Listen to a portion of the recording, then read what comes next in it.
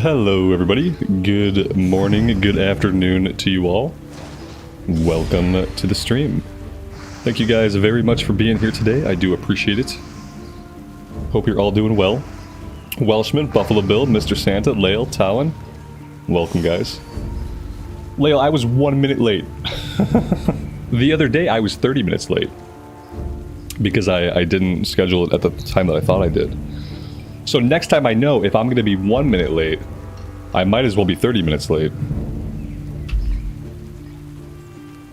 What were we doing? We were apparently shopping at the trading post.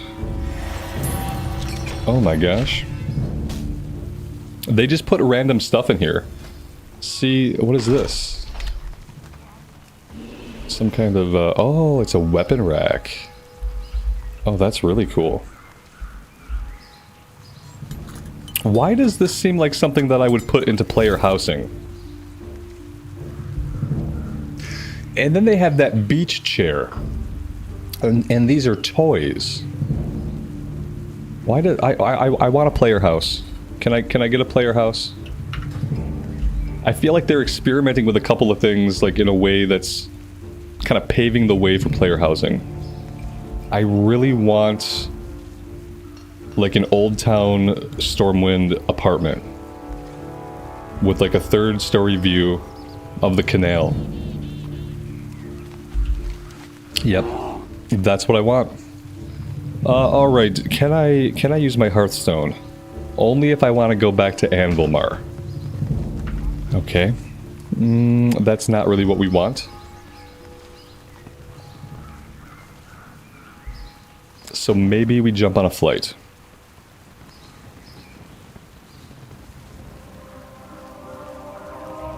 That's what a lot of people thought when we got garrisons. Yep, a lot of people thought this is it. This is player housing. Not only was it not player housing, it wasn't very good for what it was. I remember when my friend explained to me that I was supposed to go to my garrison every day and like go to the mine and mine all the resources and do all these things. And I was like, wait. So you mean I have work to do every day in the game? I have to log in and work? And he said, yeah. And I said, no. And then I stopped engaging with my garrison. Let's see.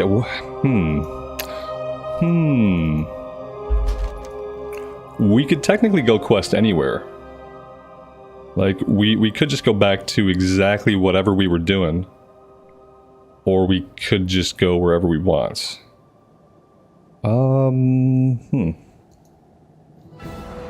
We finished up in Dunmorrow. So maybe we just go to... Let's go to Loch Modan. Oh, we don't have the Loch Modan flight point. Okay, we'll fly to the Golbalar Quarry. And then we'll run from there. Humorously, this flight path is going to take us right over Thelsamar, and then it's going to fly us back into Dunmorrow. Instead of, like, dropping us off.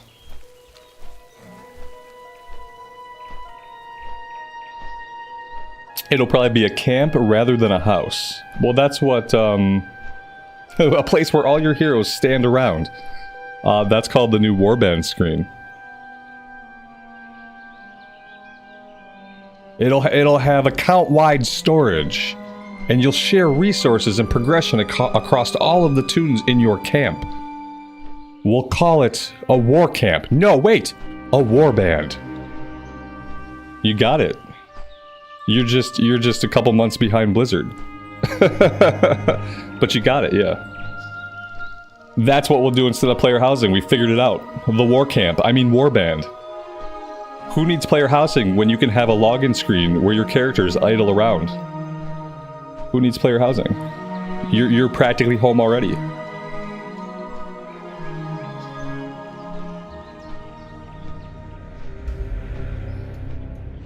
What's the lava-looking stone that appears above our hero's head from time to time? I have no idea. If we see it again, I will look for a buff. but I don't know. But it's funny because what you did though was you just described the warband. You just like perfect in your own words. All you did was just describe the warband. That's why I was poking fun, because it was funny. And I wasn't, and there was no way to tell by your language if you were someone who knew about the warband or if you were just coming up with this. But you just described the warband, and that probably is what it is too. What we'll get is we'll get different backgrounds for our login screen. Like, I'll get to have my Stormwind department, but only on my login screen. That's it. Stormwind department login screen. My characters kind of awkwardly stand there, looking a little bit too stiff to be comfortable. And then I cringe a bit, and then I log in. Maybe eventually, like, some of our toys will be able to be placed there in the background. Like, you can, like, drag them around, put them where you want. Like, it would be like Blizzard to do something like in a half-assed sort of way. Like, you wanted player housing? Login screen's not good enough for you. What are you gonna do in your player house, huh? You gonna stand around? You really gonna stand around? You think you want to stand around in your player house, but you don't. What you really want is a login screen. Don't you guys have login screens? That's it. That's the next BlizzCon. The Midsummer event. Yeah. What's this? Your bonfire is burning hot. Okay, no way to misinterpret that. You have a chance to inflict 23 fire damage on any melee, ranged, or spell attack. We're doing extra fire damage. Just randomly.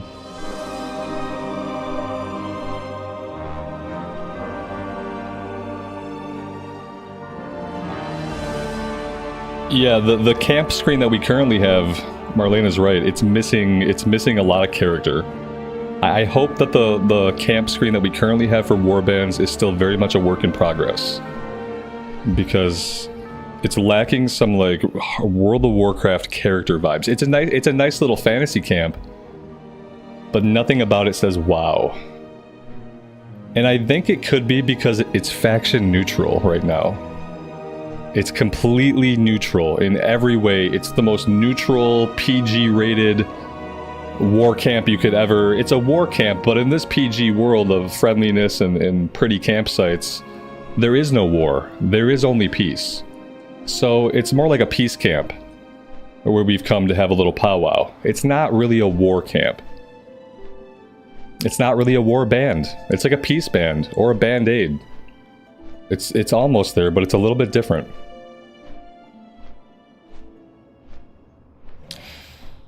Yeah, like the camp in Baldur's Gate 3. Well, that's exactly why we'll never really get that, because Baldur's Gate 3 already did it, and they probably did it better than anybody else is going to do it. And our characters don't have personalities. So we have no one to go to our camp and chat with. It would just be a lonely, desolate place.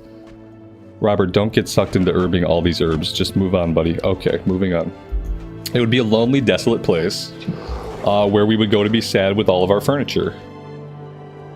Which is basically what a home is for a lot of people anyway, when you think about it. But yeah, we don't have any, like, interesting characters to talk to. It's not like Jaina's gonna come hang out with us, like, in Stormwind, you know? We're not gonna get, like, World of Warcraft player housing Animal Crossing edition.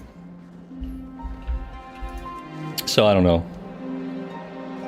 Ultimately, I guess it is just a place to go and look at, and to decorate. And so if the login screen could be that, if we had, like, a lot of control over the war camp scene, we could, like, move things around and, like, decorate it, maybe that would be okay. Maybe that would be okay. I don't know. It would be easier to implement than, like, having a server or something where people are now, like, getting player housing. Didn't Final Fantasy XIV run out of player housing at some point? Like, there was just a deficit of player housing somehow, like, in the world. Like, you just couldn't get a house. So I feel like there must be some, like, technical limitations or requirements to have player housing. If a game can run out of it, it might not be an easy thing to maintain. A login screen might be much simpler.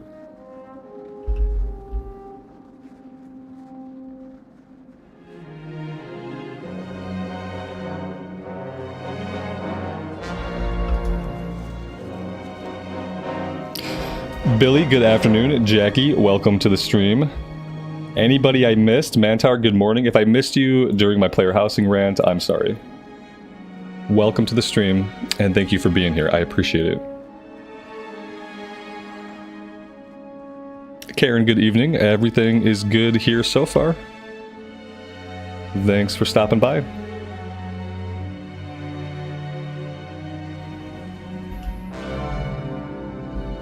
Mike, good afternoon, buddy. Welcome.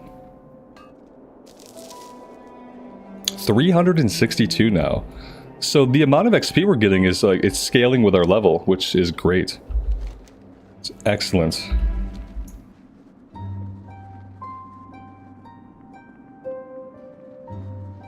A ghost and coffee? Absolutely. You can be upset about whatever you want, man.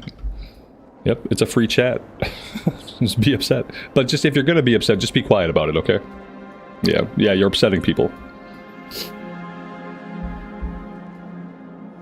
I'm gonna go grab these herbs.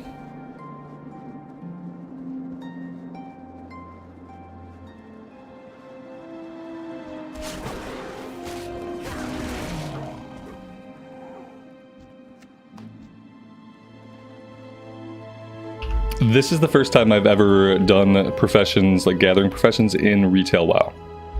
Like, you know, recently. But yeah, apparently it's a thing you can do. And apparently it could be worth it. Like, what's happening to me is I keep getting distracted by the herbs. So I should be moving on. And I should be doing some quests.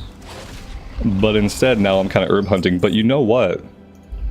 I kind of like it. Because it almost feels like we're sort of playing classic. You know, it's a very interesting feeling to be chasing down herbs in modern WoW, and to be getting rewarded with such like enormous amounts of XP for a single click. It's really good.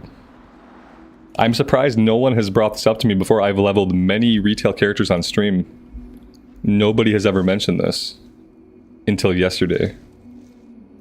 So yeah, it's good.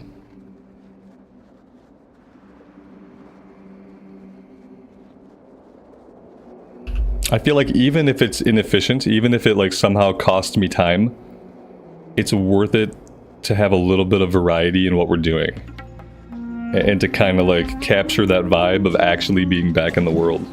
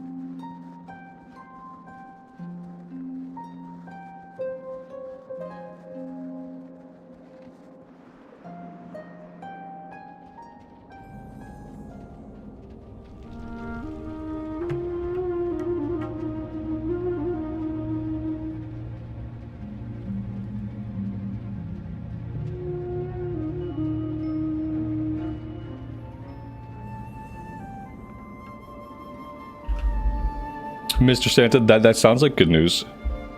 Who needs all their legs anyway? One leg shorter but still kicking. That's a leg pun. One leg shorter but still kicking. What is this? Oh, the Lost Pilot. Is it a squirt gun? It is a Super Soaker 100, yeah. It's a Super Soaker 100 from 1998. The devs are crazy. The devs have lost the plot. Yeah, they've lost the plot of Warcraft. I am running around with a squirt gun because it's summer and that's fun. But yeah, fair to say they've lost it. Here we go.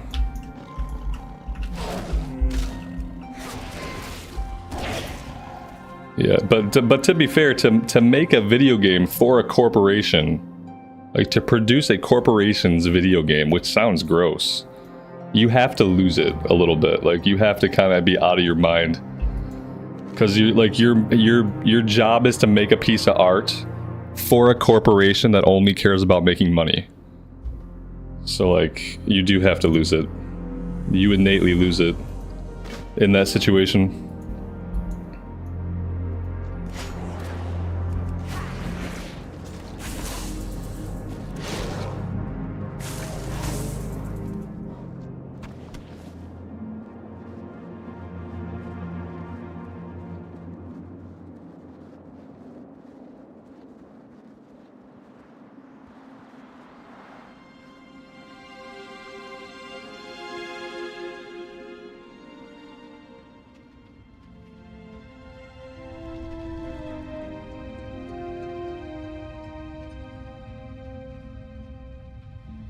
Oh, there we go. That works. Had to happen. Sorry, guys. Yeah, Super Sucker 100. I'm waiting for, like, the double canister one. The double canister one was awesome. And then there was the backpack one, the one that you filled up the entire thing. It was like 30 pounds of water, and you just cranked it, and it was like basically a fire hose. Yeah, I'm waiting for that one, too. Let's see. Agility, stamina... Or we take the gun. Let's take the gun. Music is a little loud. Ooh, an epic proc. Maybe the music is only loud on my side. How's the music for you guys? There we go. That's better for me, and I didn't change anything for you guys yet.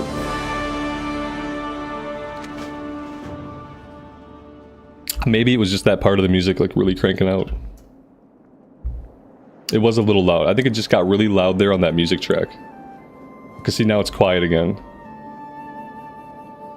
I wish there was an add-on that could normalize the music volumes. I don't really know like how that would be done. I'm not much of an audio guy. But yeah, if I could wish for any add-on, it would be an add-on that could normalize all the music volumes in the game. Like all the music tracks, because all the music tracks play at different volumes, like inherently. It's so weird. And so, like, what I find is, like, I'm constantly adjusting the music. Like, up, down, up, down. And I feel like that'd be a good add-on. But maybe that's not possible. I don't know. I feel like when you play stuff in Leatrix music, though, like...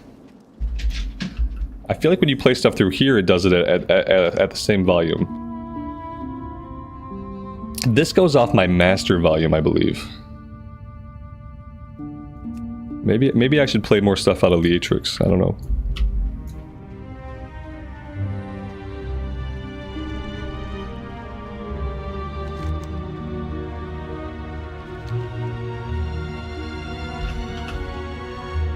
Martin, good afternoon. Welcome to the stream. Thanks for being here.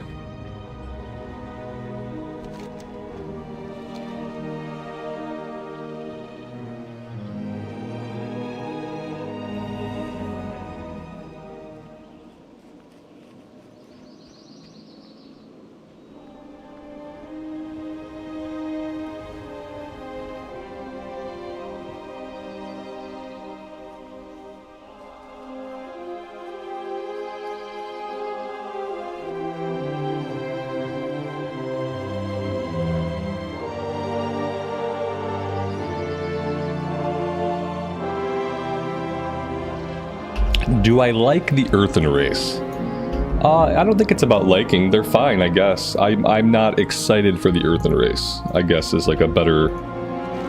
It's a better portrayal of my feelings. I'm not excited for it.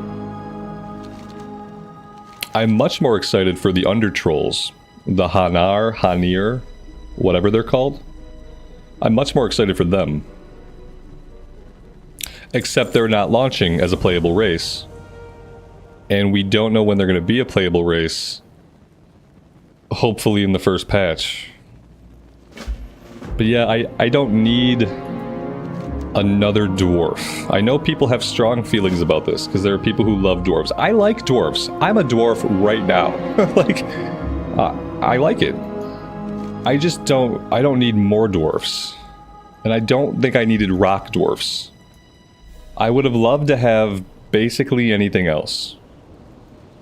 And I just didn't... I don't remember the Earthen. I knew... The problem with the Earthen is, like, I knew they weren't new. but I didn't know who they were. They were a race that existed, I was vaguely aware of that, but I had no idea who they were, what their story was, why they exist, where they come from, why they're important, why they're cool.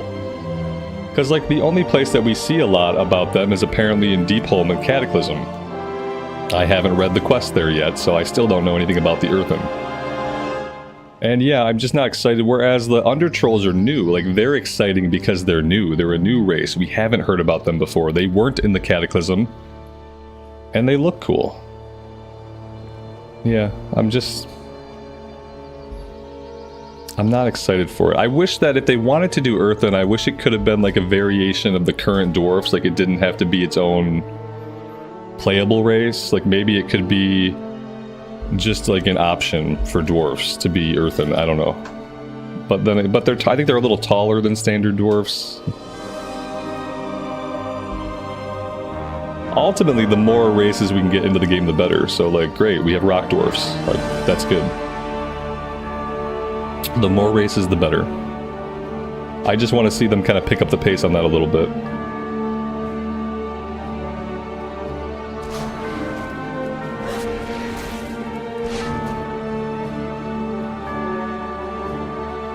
There'll be a playable race in the War Without. Alright. The cool thing is, though, we're also getting, like, half-elf and half-human customizations for humans and elves. There's that music again. And so now you'll be able to be a human with elf ears. Supposedly, this is data mined. Or you'll be able to be an elf with human ears. And that's a small thing. It's a very small thing, but it's actually really cool. I'm glad it's in. And now they have to figure out how to do half-orcs. Because half-orc characters have been part of the canon for a long time. So now they have to figure out how to give us half-orcs. And I hope they do it, and I hope they do it right. I hope it's good. Because half-orcs is going to have to be its own race. It's not going to be able to be like a customization, I don't think. But yeah, I want to see half-orcs. So, what's next? Robot gnomes? Oh, wait. Dang. They beat us to it. I feel the same way about the mecha gnomes. It's cool that they exist, but I kind of think, like, why can't that just be, like, an option for current gnomes? Why does it have to be its own race? Why does it have to take up an entire allied race slot so that they're not working on a different allied race? I wonder what the least played race in the game is.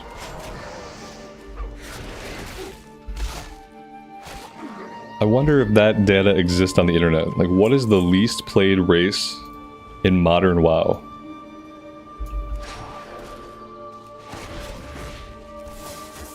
If I had to guess, what would I guess? It would be something newer. And it would be something niche. I would guess Lightforged Draenei. Yeah. I think I would guess Lightforged Draenei if I had to guess. Or Mag'har Orcs.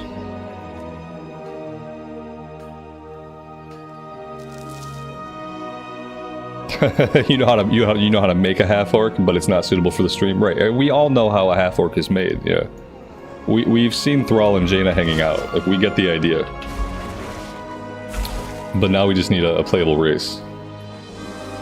Mecha-gnome. Mecha-gnome is the least. I was gonna say Mecha-gnome, but I thought, no, people like gnomes. Don't people like gnomes? Apparently they don't like Mecha-gnomes. Mecha-gnomes. I knew Monk was the least played. Yeah, I think we've talked about monks before. Being the least played class. And then the most played race is probably human. I would assume human. You would have guessed Drakthir maybe because of its newness, but a lot of times newness is going to make the numbers go higher. Whereas I bet there was a time when monks were not the least played. I bet around Pandaria and Warlords of Draenor, they might not have been the least played because they were newer and they were exciting.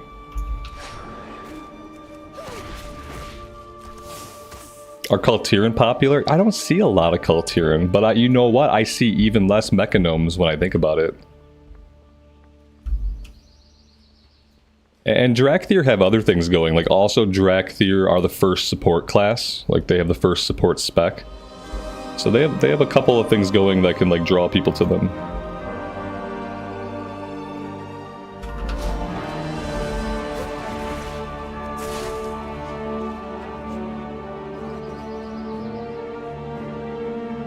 Mr. Santa says, wait a second, are there really cyborg-like gnomes in the game now? Yes. Yeah, we have Mechanomes. Yeah, that was a BFA race. Mm-hmm. True story.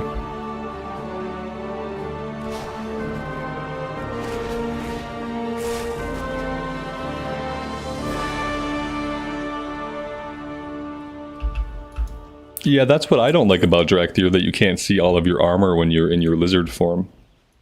I also don't really like the lizard form, but the big thing is not being able to see my armor is a thing I don't like. I don't like being in shapeshifted forms. Not being able to see my stuff. But I feel like people who want to play a lizard person, like, they don't mind that as much. But I really wish they would make a way to just let my armor be portrayed on my lizard person. Because they're just going to keep, if they don't figure it out, they're just going to keep having this problem. Then we're going to get Naga that can only wear Naga armor, chosen at character customization. Then we're going to get Nerubians who can only wear Nerubian armor, chosen at character, except for shoulders. We can put shoulders on anything. Yeah, I don't want that. I don't want a future where the races have this specific armor that you choose at character creation, and then in the game you only get to see some of your armor. Like, I don't want that to be the future of allied races.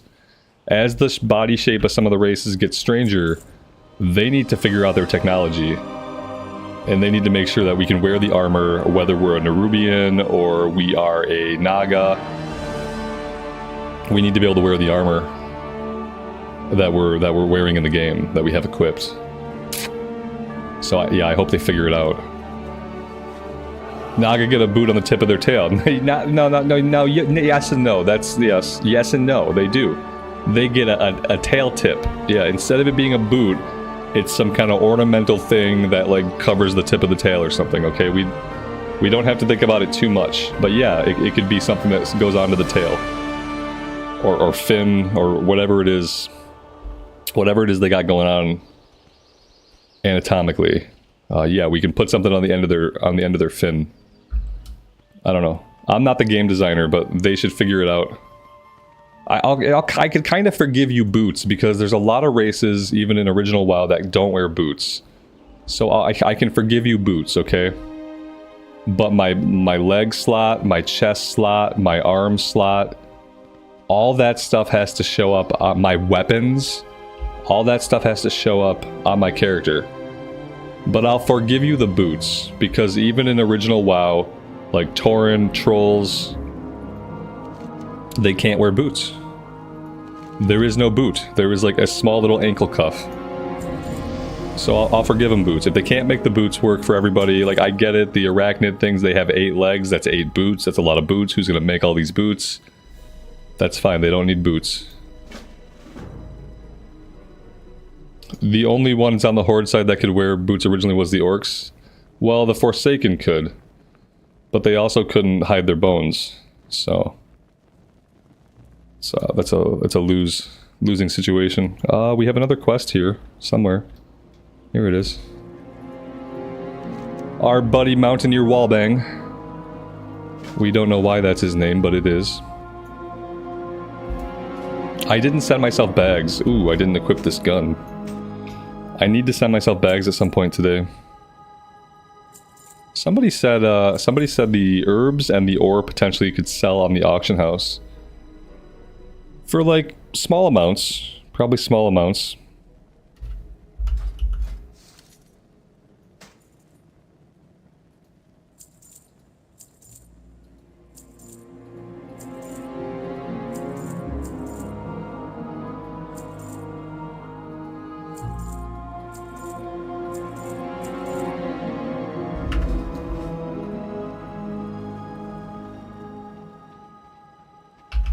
The Forsaken's toes stick out? Do they? Do they really? Their toes stick out of the boots? I don't remember that. I don't remember that at all. Let's see. We have a talent point in Beast Mastery. All pet damage dealt is increased by 5%. Seems like that's obvious, right? Passive focus regeneration increased by 100%. I have to take that. And I need multi-shot. I need all 3 of these.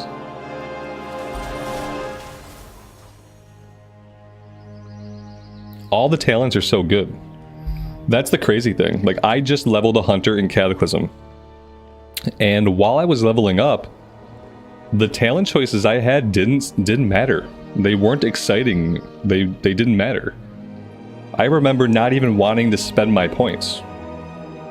A lot of times you'd be spending points on a talent that wouldn't even be useful to you until endgame. And it was a really bad feeling to have these talent points and to then spend them and just feel like this is not affecting my current gameplay at all in any way, shape, or form.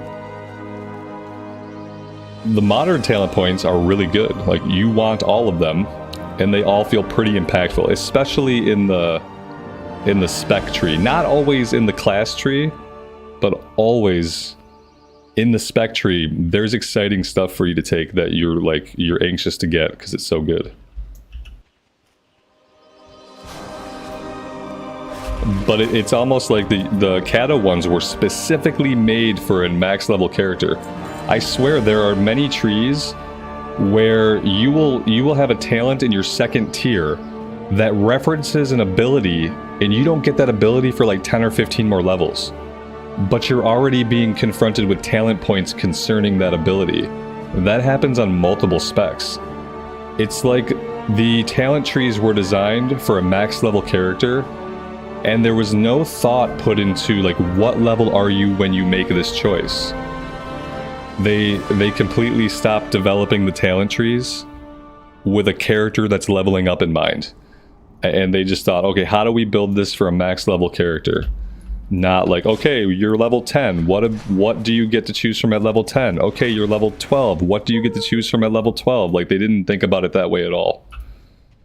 They just thought, let's look at the max level character. What does it need to be good? Okay, let's make the talent trees. It was probably the most rushed talent revamp that they've ever done. And we got no cave music here in this one.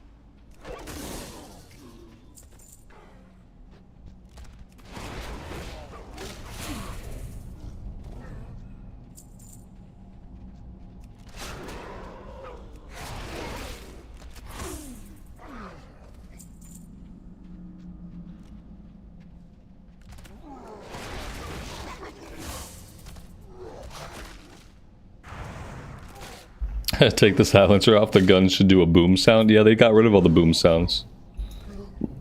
They got, oh, you know what? I lost my Super Soaker transmog too. I was gonna say that the sound effects made sense for the Super Soaker, but because we upgraded, I lost my Super Soaker. That's really sad. That is really sad. I need one more shaman and one more bone snapper.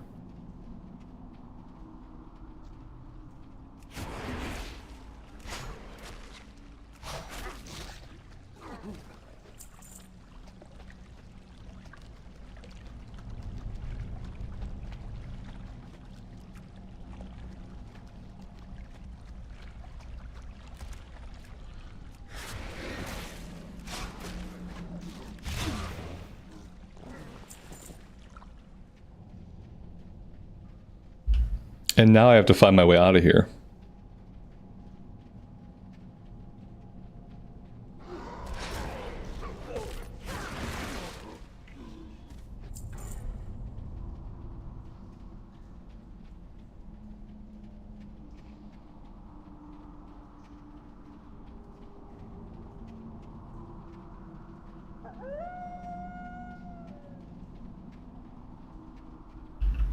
It's funny, they replaced this cave with the cave from Dunmoreau out at the quarry. Like, this did not used to be this cave. This cave used to have a different layout. They took the layout from this cave, changed it a little bit, and they put it here. For a minute, I thought I was back in Dunmoreau. So weird. I wonder if they just tossed out the old cave design or if they implemented it elsewhere.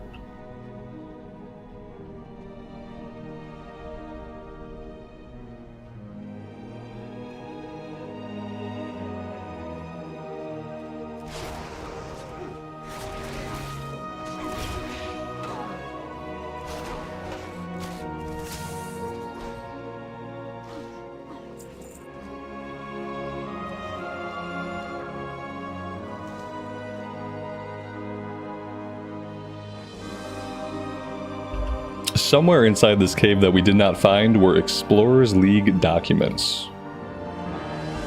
I don't think I'm gonna go back in just for those.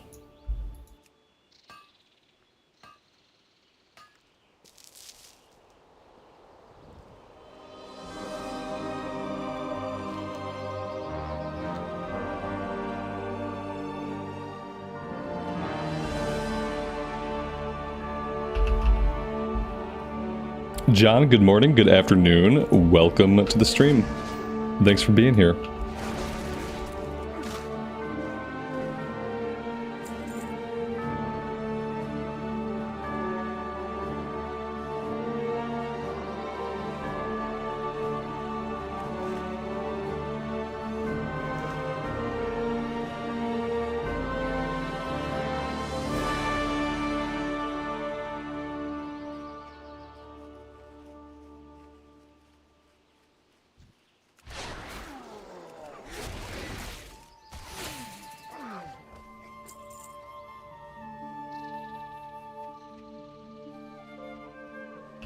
So far, I really love how mobile the hunter is. I feel like that's a huge advantage in Mythic Plus, probably in any content.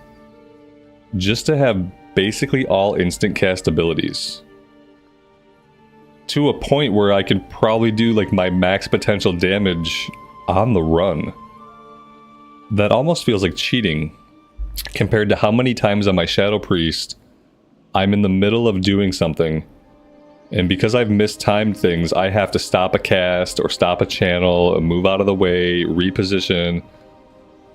And sometimes you can find filler instant casts. Like, they give you instants on most specs so that while you're moving, you can kind of fill that time. But it still feels bad to have to stop a cast or to stop a channel in order to move, even if you have instant cast buttons to push while you're then moving. This feels almost like cheating.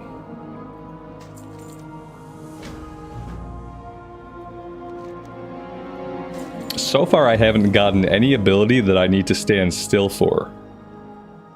I'm assuming there's going to be at least one thing I get that's either a cast or a channel or something where I have to stop. Because if there's not, then I call overpowered. It seems overpowered if I never have to stop moving.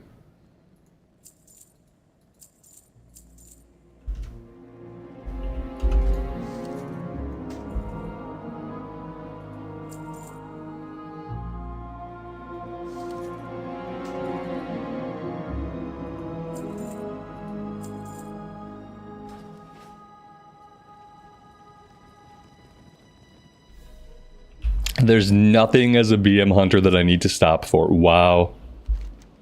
I'm gonna have fun on this in Mythic. That's crazy.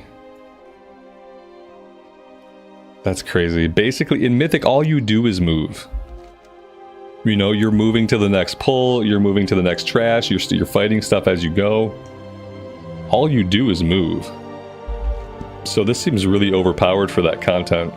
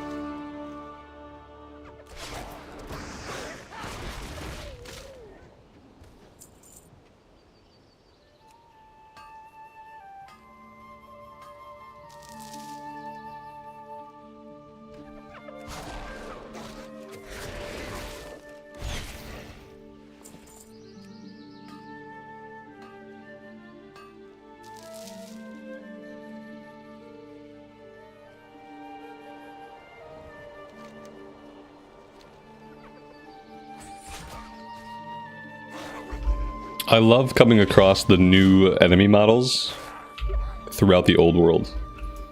It gets me excited for the eventual world revamp that we'll get when we run into like the new models.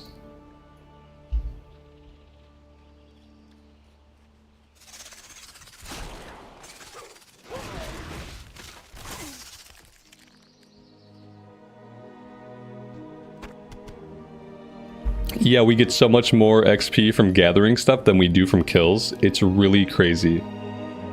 And this is such an enjoyable way to level up a character in retail, like having the herbing and the mining going and just being able to like explore just a little bit and kind of play the game a little less linearly than you would otherwise. It's like you can step off the ride every once in a while. I'm really enjoying it. I'm going to level any retail character we do in the future. I'm going to take mining and herbalism. Because it's, I don't know, it's just nice. Yeah, it encourages you to be out in the world. It makes you feel like you're actually in the world, right? As opposed to just on the path to the next quest, to the next quest, to the next quest. You actually have the feeling of, okay, I'm gonna go off the beaten path a little bit. Yeah, exactly. Whoever, it was a couple people who were telling me, but yeah, ultimately it was one person. And no one's ever told me before that it gives so much XP and that I should do it. And we've leveled a handful of characters on stream, so now I know. Now I know, but we don't have a lot of classes left. We don't have a lot of classes left. Like, we're gonna get this character and a bear tank into mythics. Beyond that, I don't really know what other classes I even would want to have. I didn't have a lot of fun on the rogue when I tried it, and I didn't have a lot of fun on the demon hunter. So I don't know if those are like off the table. The demon hunter I think is permanently off the table. I didn't enjoy it, and I didn't really care for the class fantasy. Do I want concussive shot? I mean, maybe. I should probably just take second point in Trailblazer for now. Monk, I'm waiting on Monk because somebody told me that in War Within, maybe as of the pre-patch even, monks will actually wield their weapons. So like if I have a staff equipped on my monk, I want my monk to use the flippin' staff. If I have a polearm equipped, I want my monk to use the flippin' polearm. If I have fist weapons, I want him to use the flippin' fist weapons. And somebody told me that in War Within, they're going back to doing that. They're going back to using their weapons. Because when monks first came out, I'm 99% sure they used their equipped weapons.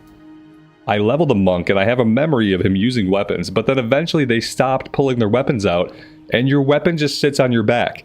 So you have this awesome bow staff that you imagine in your head, that you're like Donatello from the Ninja Turtles, but your dude never pulls the bow staff out. It's not fun. I want my guy to use my weapon. And so like I don't know if I can get into the monk without that.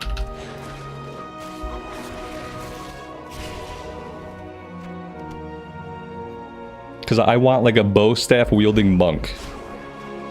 That's my monk fantasy. My monk fantasy is a monk that uses a bow staff. So until my guy can like spin his staff, I want to avoid monk.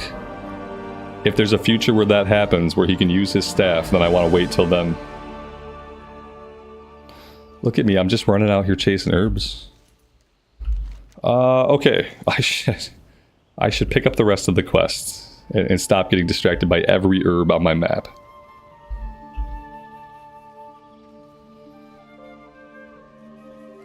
But yeah, maybe I'll have to do some research on this to see. Yeah, but monk is an option. Rogue and Demon Hunter, I don't know. What else don't I have? Oh my god, I'm getting to the point where I have almost every class capped.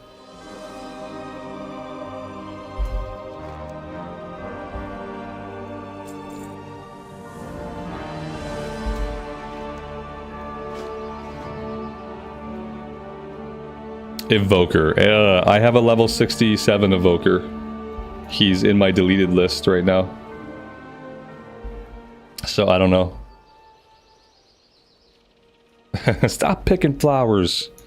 Right, I don't know how to get to this one. It must be underground. Oh, here we go.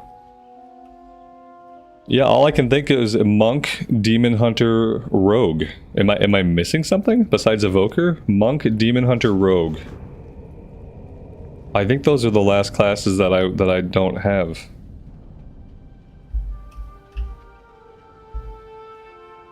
I mean, the Death Knight, but the Death Knight's stuck in Mop Remix. I don't know, poor Death Knight. Maybe I should level a free roam Death Knight. Maybe that's something I should do. So I liked Unholy a lot, and blood tanking seemed like blood tanking would be really fun and easy for me to learn. So maybe I should. I don't want to play Mop Remix. Maybe I should eventually re-roll my DK. I could wait until the Mop Remix spits her out, and then just maybe do that. Maybe just pick her up at a later time. Oh, Horde. You know what? Like I should play some Horde characters. I don't know why. Like this character probably should have been a Horde character. It doesn't really always occur to me when I go to make a character, because in my mind I play Alliance on Stormrage because Stormrage is an Alliance server. But that really doesn't matter anymore. It doesn't matter what faction I am, and it really doesn't matter what server I'm on. So, like, I should play more Horde for, like, diversity. Why don't I like Mop Remix? It's too much stop and go for me. I don't like having to gem my stuff. I don't like having to constantly upgrade my gear. I don't like having to unsocket and resocket the gems. Heck, I don't even like reading all the gems because I'm a lazy person who just... I thought it was going to be a mode of the game where we go fast. But for me, it was a mode of the game where we went fast a little bit and then stopped for 10 minutes to re-equip gems. Combine gems, organize my inventory. It just wasn't for me. It wasn't for me. And then all the 5-man content, like all the group content, is one person who is overpowered because they spend their bronze upgrading all their gear, and they were probably a froggy boy. So every 5-man is one person overpowered, killing everything in one hit, and then 4 people just following along doing nothing. Or you get into a group where nobody's upgraded any of their gear, and you get thrashed, and like shit takes forever to die. There's like 2 ends of the spectrum. It's just not fun. Not fun for me. I much prefer leveling characters the way that I'm leveling this character. That's all.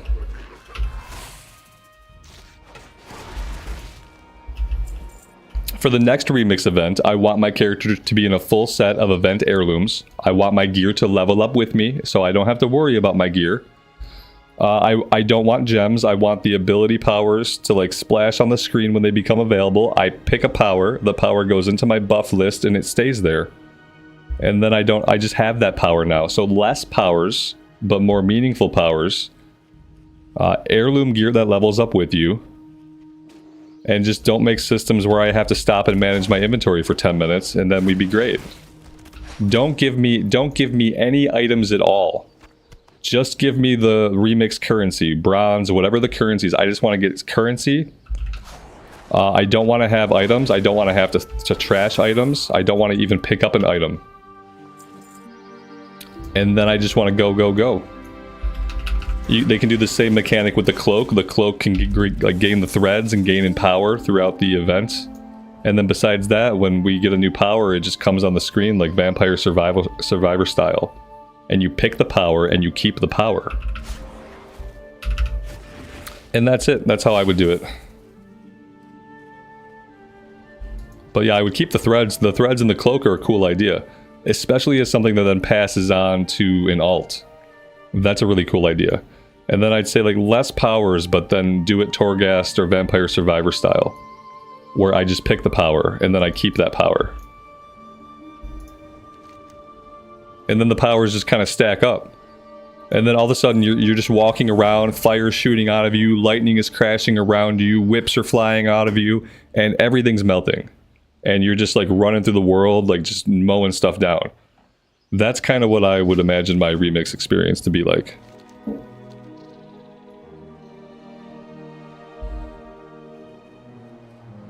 And then the other important thing for a remix style event is that whenever I want to, I need to be able to take my character back into the real game.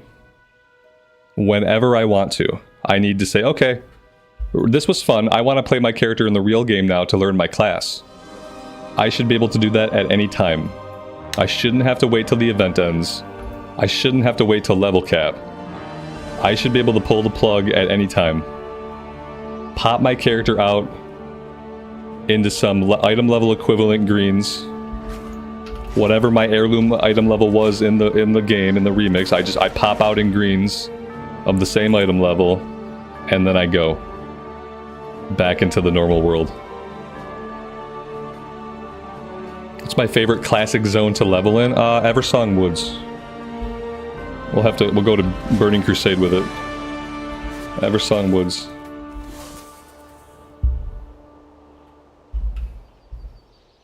Eversong Woods is arguably, possibly the best zone in the game, like aesthetically.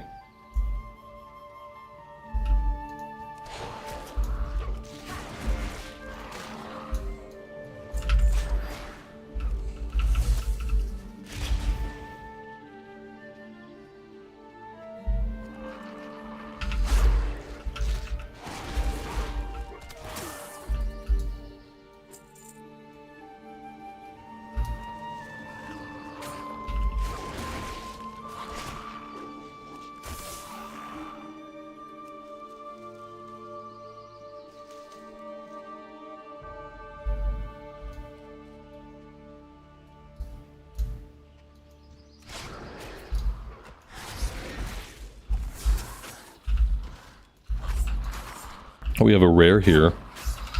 I have a lot of guys. I mean, this would be a good time to have multi-shot. This was a definite multi-shot opportunity that I just can't capitalize on because I don't have multi-shot.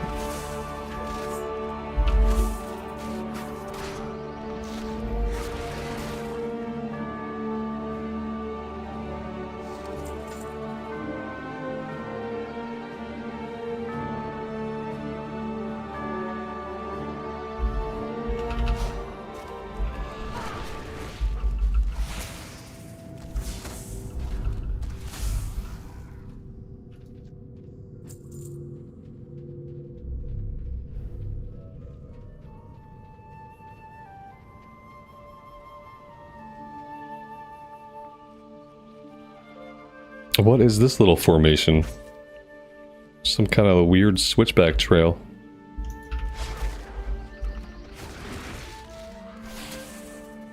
Oh, I can't quite get up here. Oh, I was so like excited. I thought I was gonna be able to climb this whole little mountain, but no, I got almost there. Oh, wait. Oh, dang it.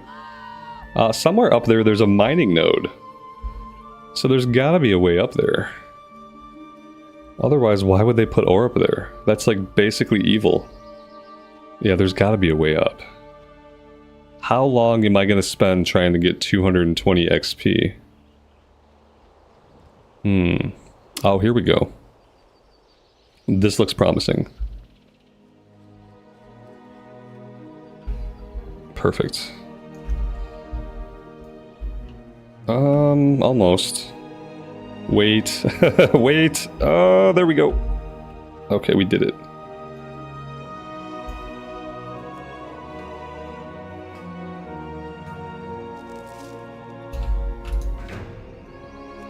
Oh god, what did I do? What happened? Guys, somebody help. I don't know what's going on. I just clicked on a cute little ram. All I did was click on the cute little ram. I thought I can just pick him up.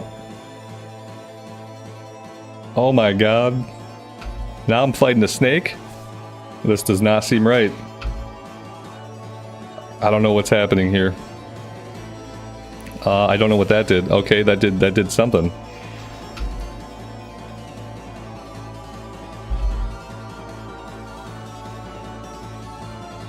The snake went underground. We missed. Oh my god, I'm playing Pokemon. My kid would lose his freaking mind if he knew this was in the game. Don't let my kid find out about this. Don't let my kid find out about this. Oh my god. He would lose his mind. Are we still playing WoW? Sort of. I clicked on this cute little mountain goat. I thought I could just pick him up and put him in my bags. That's not how this works. Oh, they're killing all my pets! Oh my god. How dare they? Is it over? I won. Okay, I got it. Do I get to keep my little black ram buddy now? Oh my god. Oh, I did get him. Oh, that's cool. I didn't know you could do that.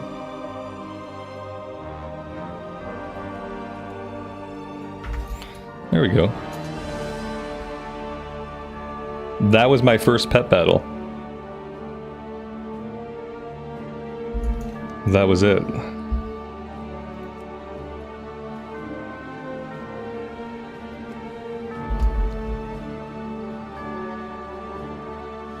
Now I gotta catch them all. Right, now I gotta catch everything now.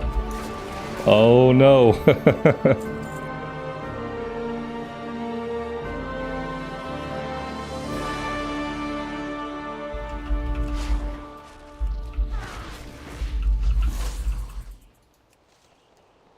No, I just thought that this guy looked lonely up there on top of the mountain. So now he's with us. I could definitely see doing it when there's a cool little animal that you want to have as a pet. Like, that would be cool. Like, I don't think I would like really get into the battling aspect of it.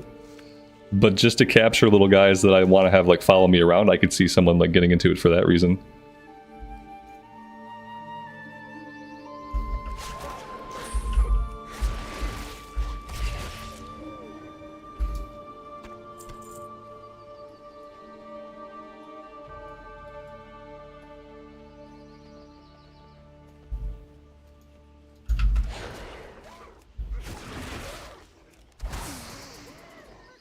Do my Pokemon heal themselves like out of combat? Or are those guys still going to be dead the next time I go into battle? Not that I'm ever going to go into battle again, but just like hypothetically if I were to go into battle again. Also hypothetically, how would I set my roster? If I hypothetically wanted to go into battle again. Oh, I would probably just drag them there. I would, because you know, hypothetically, I would want the highest level guys I had. And maybe a low level guy in case I was dealing too much damage. Hypothetically, I only have level 1 guys. This dude, these are my highest guys. And now little Nefarian is level 2, so I should... This guy looks like he's dead. How the hell do I revive battle pets? Okay. Okay, that looks good. Okay, we're good. Alright, I'll just keep these guys. Maybe I'll put little Nefarian out first. Okay. Cool, cool, cool. Not that we'll do that very often, but maybe sometimes if I want to catch a pet. Oh, I pulled him out. Oh, I didn't want him out. Okay, what did I do? Little Nefarian, I want my goat buddy.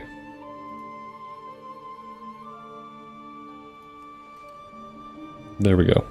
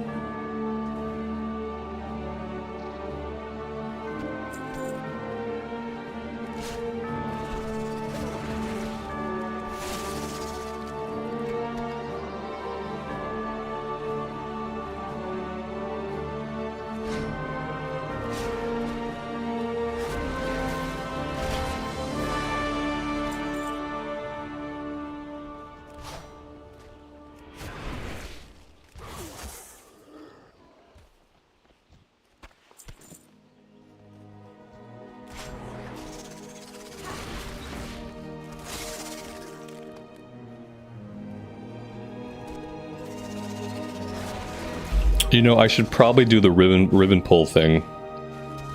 It's bonus kill XP. So I should really try to keep it going. Now granted, kill XP is very little.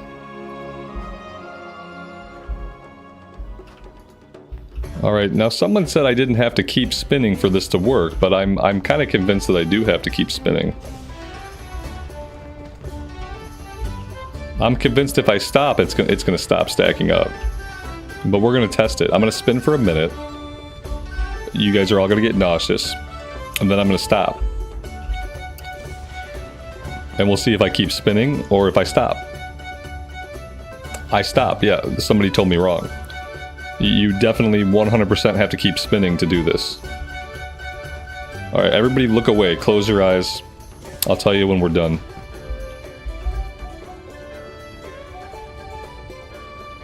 I don't know why they would do this to us. I got too far away. We'll test it again. I'm gonna stand right next to it. Because if I don't have to spin myself, that's awesome.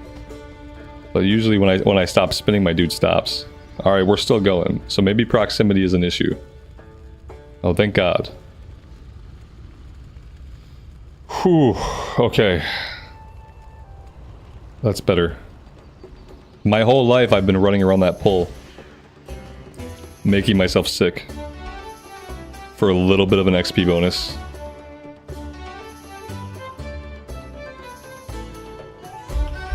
Blood Moon, welcome to the stream. Happy Saturday. Thanks for being here.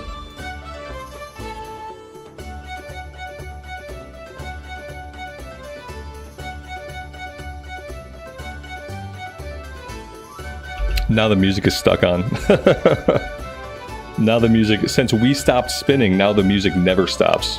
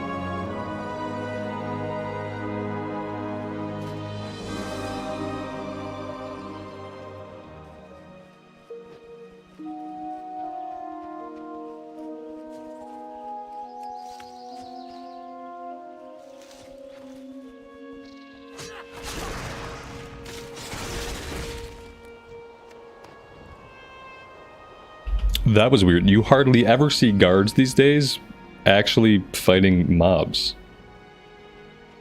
That was interesting.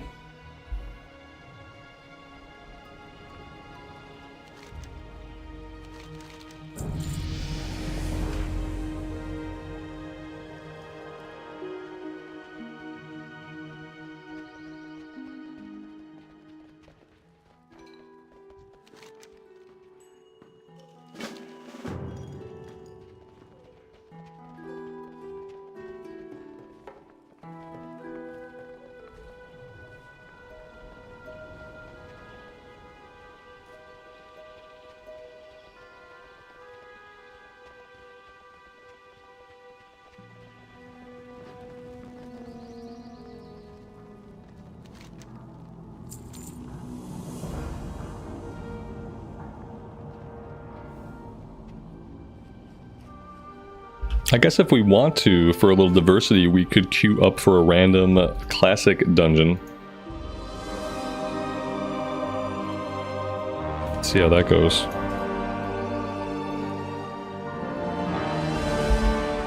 Talent points, we need to grab multi-shots.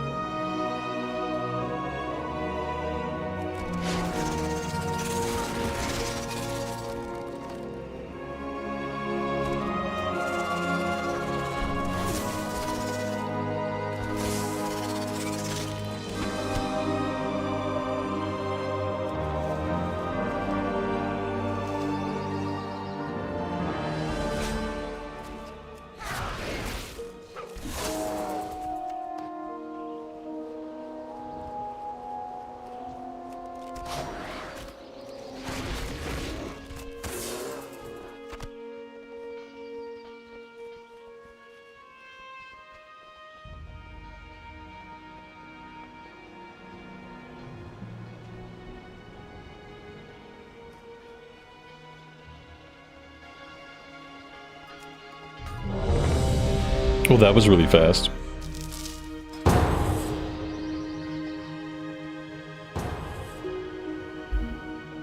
See, that technically this is not a classic era dungeon.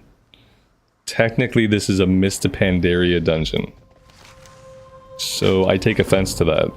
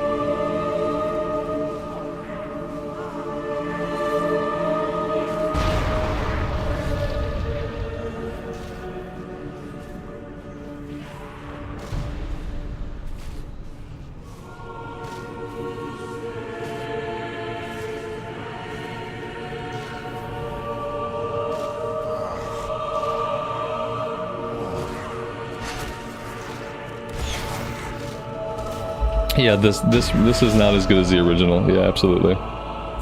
It would be nice if the original were still in this game, because I don't think that it is. This is all that you get.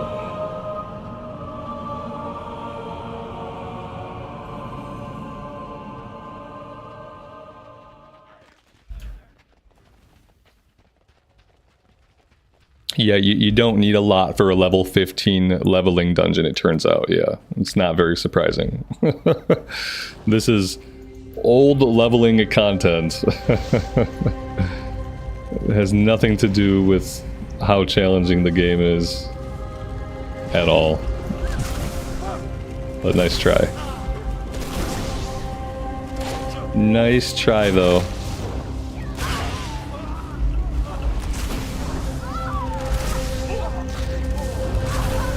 People who understand World of Warcraft know why this content is like this. And if you're not someone who understands World of Warcraft, then no one really cares about your opinion of the content. But yeah, everyone who plays WoW knows why this content is how it is. They understand what level we are, they understand the purpose of this content and the scope of the game. No one who understands WoW cares about the difficulty of this content. But nice try.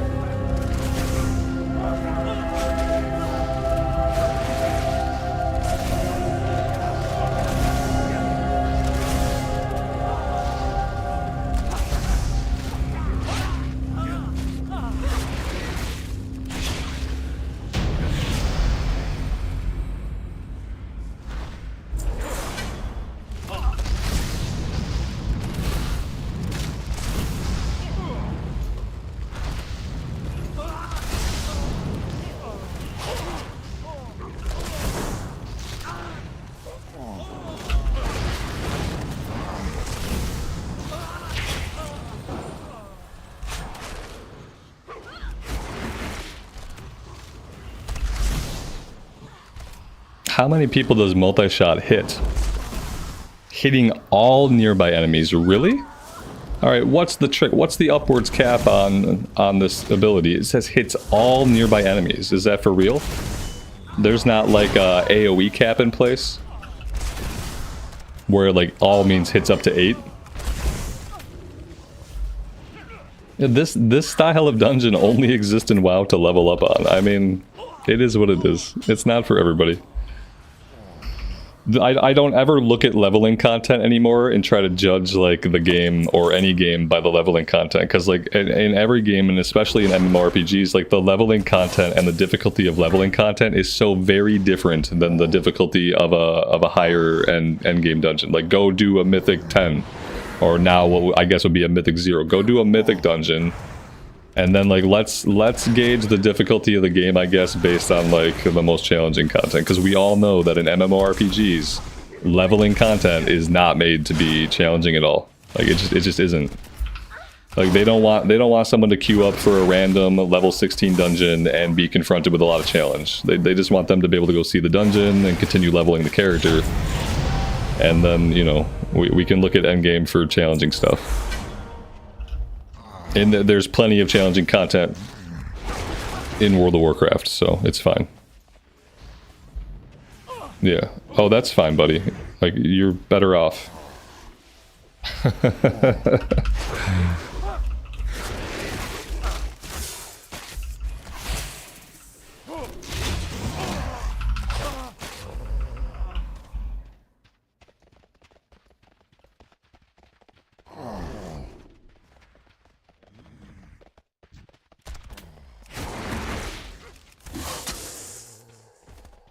That was it? That was the end of it? Why do we still got zombies coming in?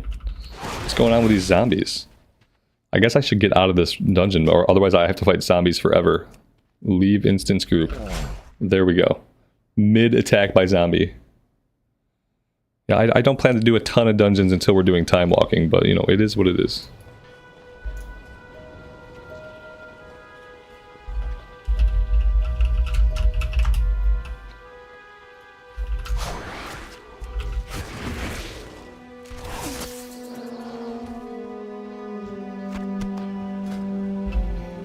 Let's see, unspent talent point. I still don't really feel like I need concussive shot, but maybe I'll want to have this down the road. Men pet heals for additional 25%. Counter shot, interrupt spell casting. Yeah, obviously I have to have that. I should have that, and I should be practicing with it. There we go.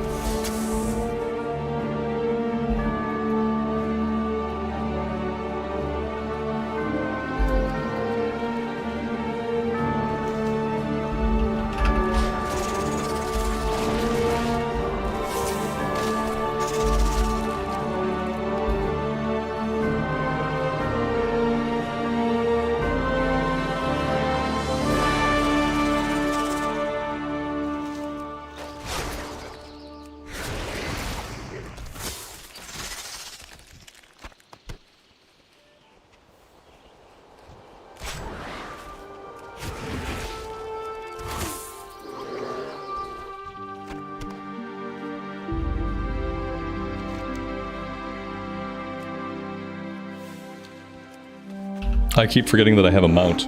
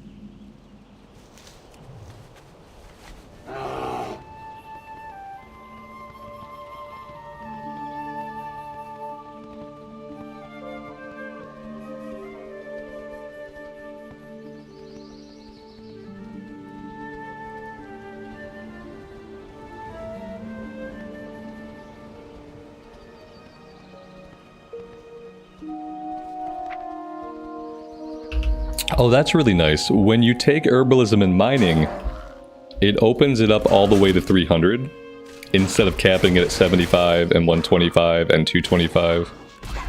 It just opens it all the way up. Very nice.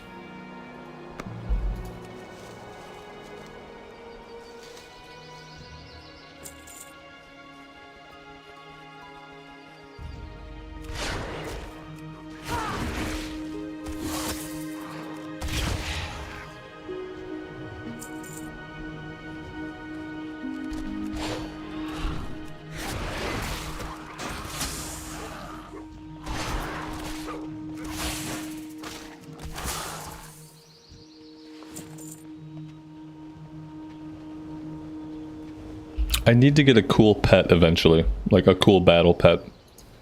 The wolf is probably not going to cut it for much longer. I need something with, at least something with more pixels would be good.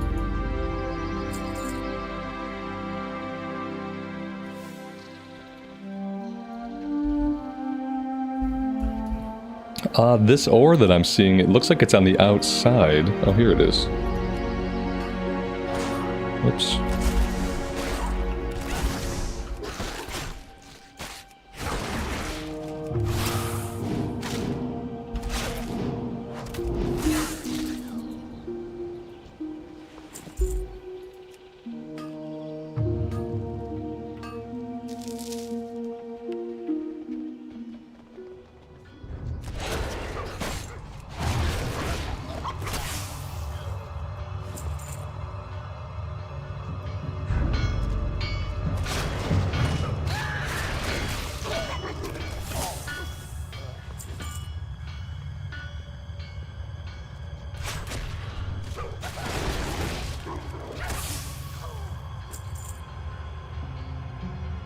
Always try to tame a tauren when you see one. Fair. It's not a bad idea.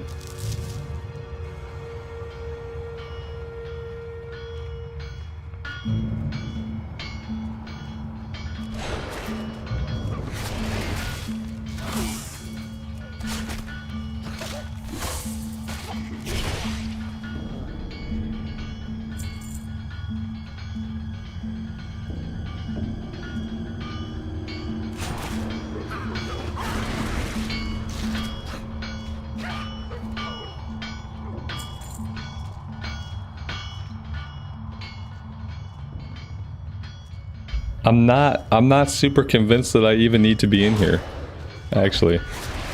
I need surveyors and foragers, and I seem to be finding mainly geomancers in here. Should I be here? I don't know. Yeah, these are all geomancers.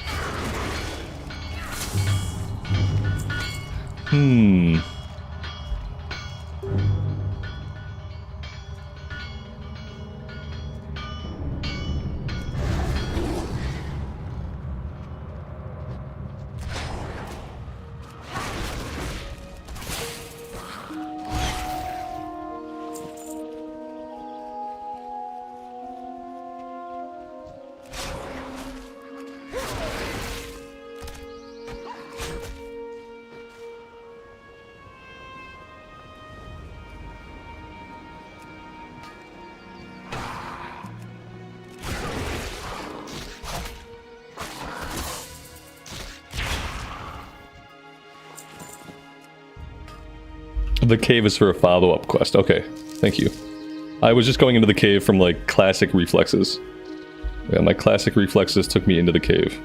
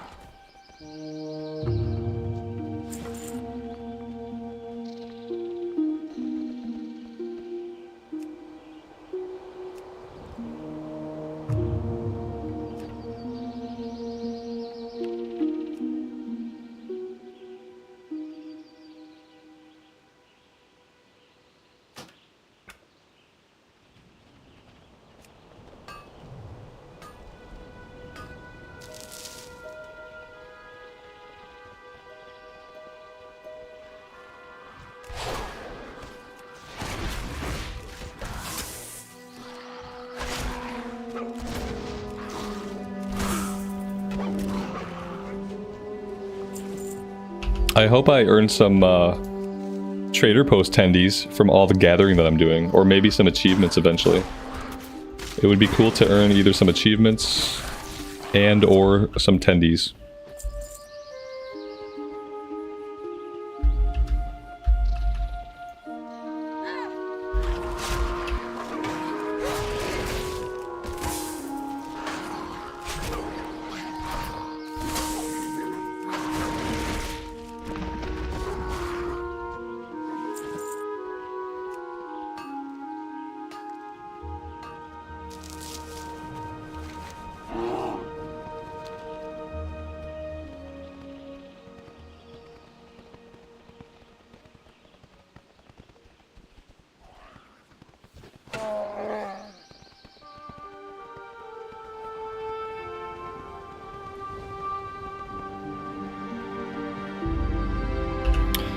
Did you guys see this herb just appear in the middle of the road? Like, wasn't that a little bit weird?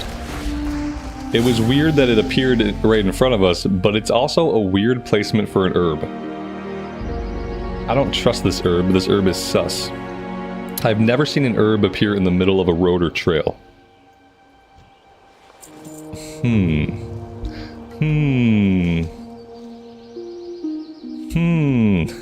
So strange. Okay, it was like I was running and the game was like, no. Let's see if he stops for this herb. And they spawned it in.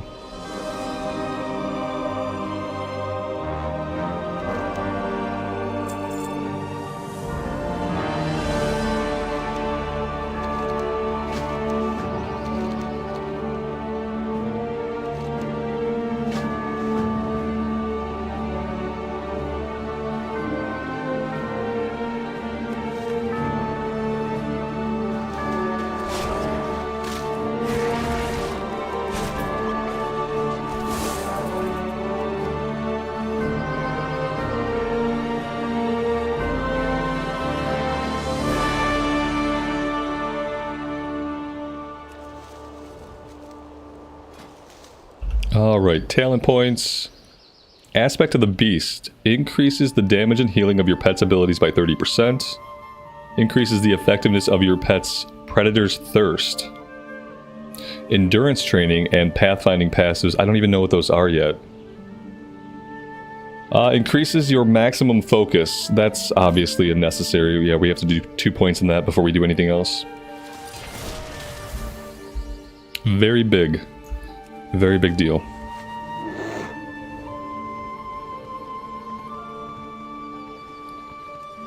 My inventory's full. The next time I'm at a mailbox, I'm gonna pop out of my Shadow Priest and I'm gonna send us some bags. We desperately need bags.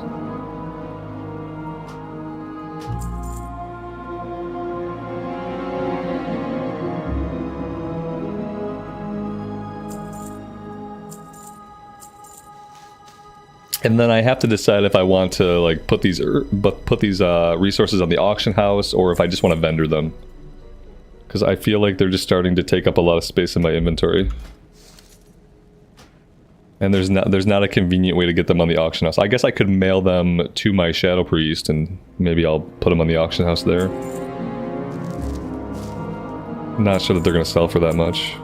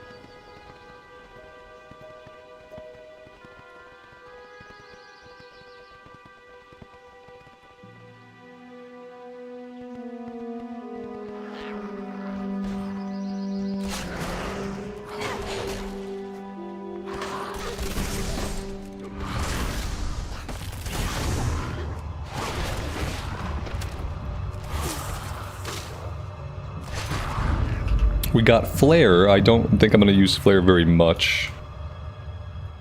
Maybe if we were doing like PvP Battlegrounds, I would want Flare to reveal rogues.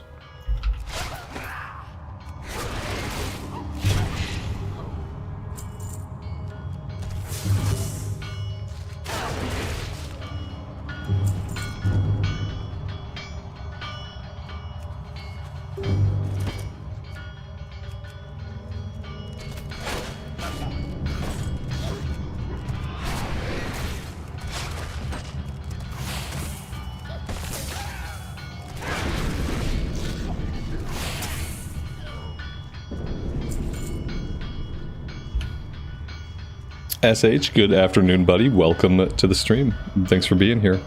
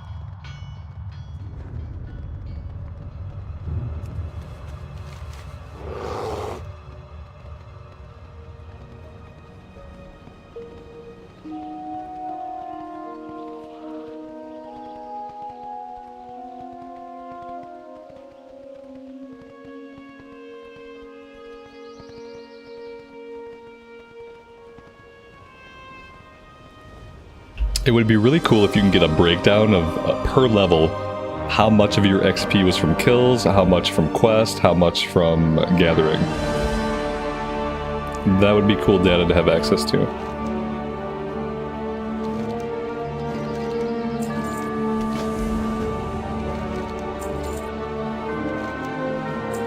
Obviously, in modern WoW, like 90% would come from quest.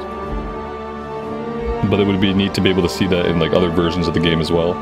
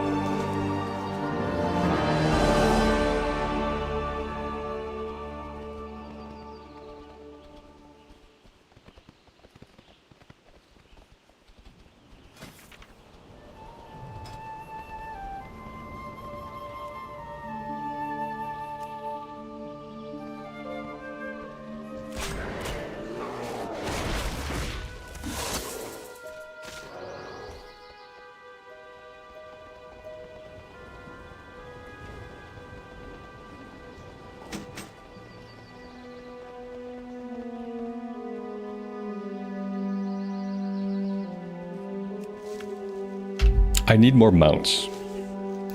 Yeah, I need better mounts.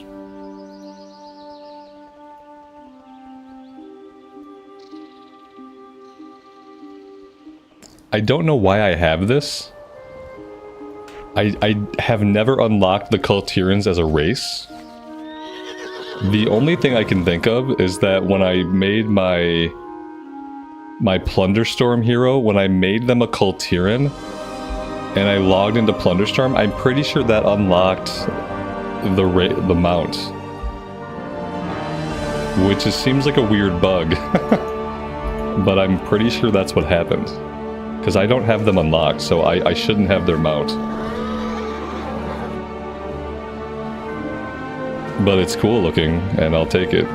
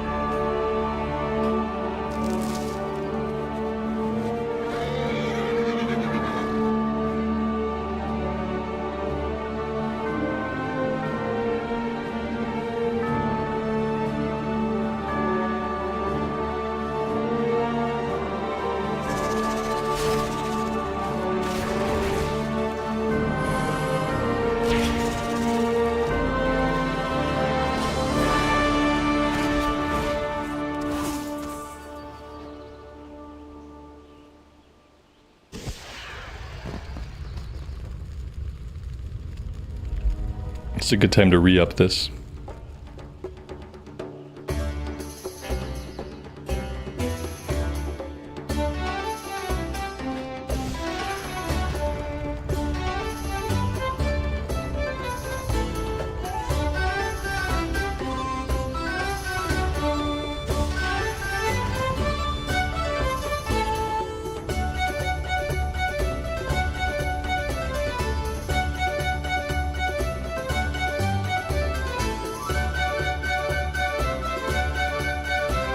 To think my whole life I was spinning around that pole. It's my friend who told me, the one who got me into WoW, the one I lived with for a while, the guy I played with for like a lot of my 20s. Like, he told me this back in the day. You know, the first time I came across this event, we were leveling together, and he explained to me that you had to spin around the pole because that's how you did a ribbon dance. You spun around the pole. So he said, once you start spinning, you keep spinning around the pole. Don't stop spinning around the pole, otherwise the buff stops. And then I had accidentally ranged it, and so I had kind of affirmed for myself the wrong idea because I had ranged it, and I had stopped getting the buff. And so I had also then convinced myself, yes, this is the right thing. But he told me this way back in the day. I think he believed it. You know, he probably, I don't think he was like misleading me. I think he believed it. I wonder how long he went believing that to be true before he found out otherwise. You know, it took me 15 years. Like,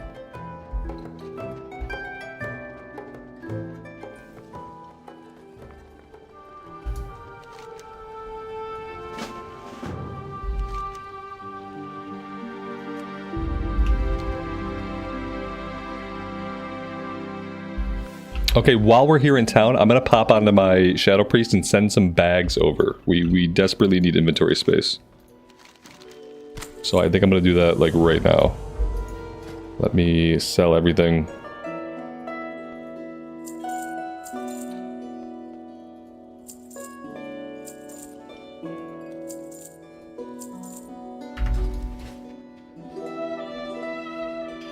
Lisa, good afternoon. Welcome to the stream. Thanks for being here. I appreciate it. Okay, we'll pop over, we'll send bags, and we'll be right back. We should be able to get some, like, really cheap 36 slot bags.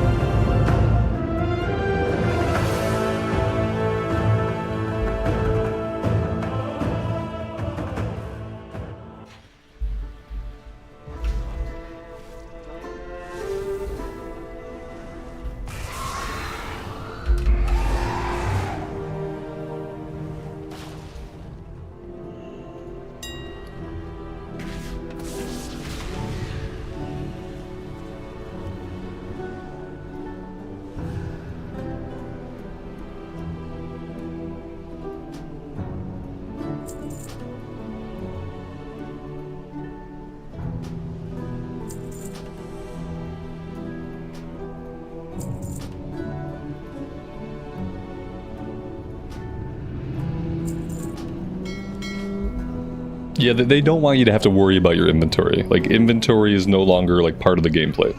Just like a low-level dungeon is not meant to be challenging in retail, like, inventory is not really meant to be gameplay. What is her name? Some variation of Rambelina? Rambellerina. Okay, I was really stretching. Really stretching it when I made that one. I knew there was something slightly different about it.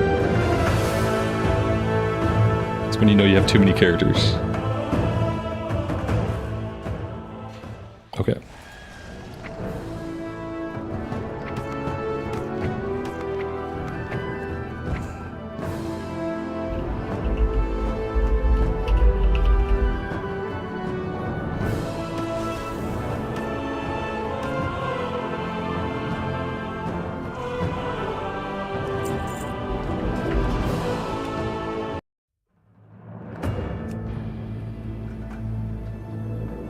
There we go. Now we're good. Now we probably won't have to worry about inventory for a while.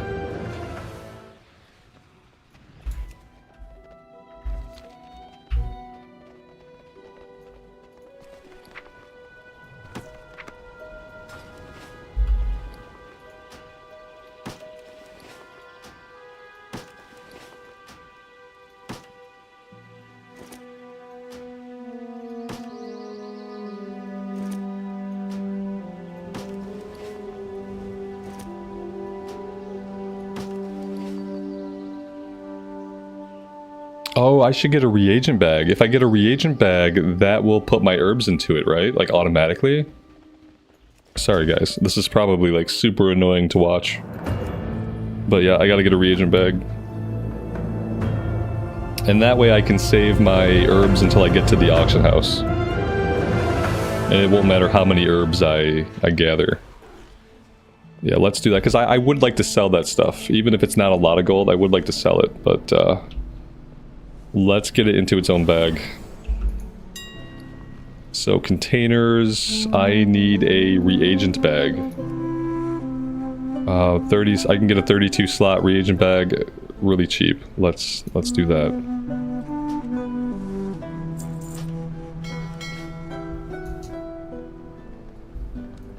Yeah, the reagent bag is like an extra bag slot that's going to carry all of our herbs for us, which is very nice.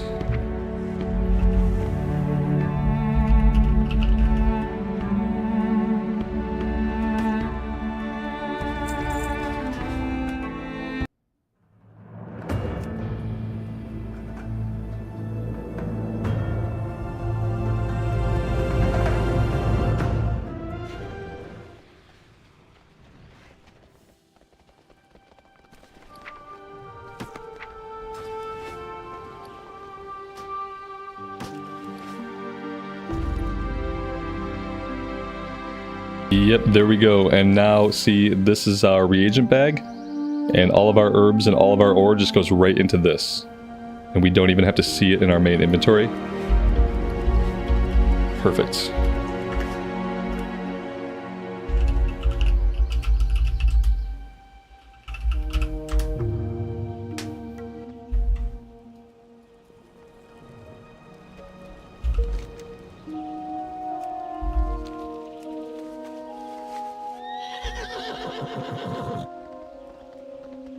Eventually they did a level squish.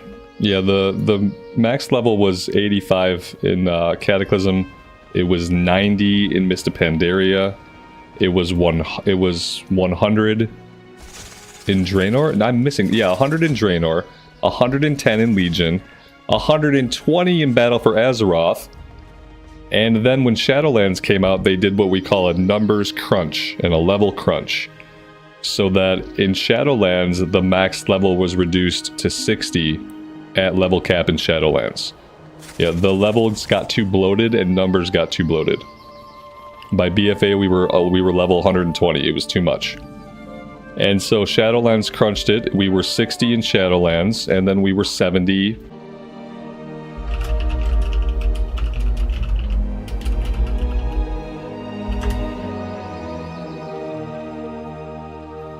Alright, we're good. We had a little bit of lag. And I might be disconnected in the game. My internet hit a little lag spike. And I know it was my internet because, like, I lost everything for a second. I think the stream is back now. Stream looks good. Game looks disconnected. Let me try to go leave the game and come back in. Yeah, I'm gonna have to alt F4 the game. The game is so hosed. Are we good now, guys? Are we back? We're back. Okay, it looks good on mine. I don't know what happened. My internet had a hiccup. It doesn't happen very often, but it happened just now. Okay, looks like we're okay. I'm sure my pet took care of the creature we were fighting.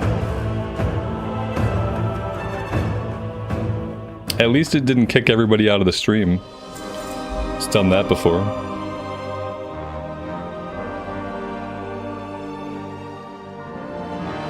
Although I will say, when I have problems with YouTube and streaming, it usually is on the weekend days that we have lag or issues.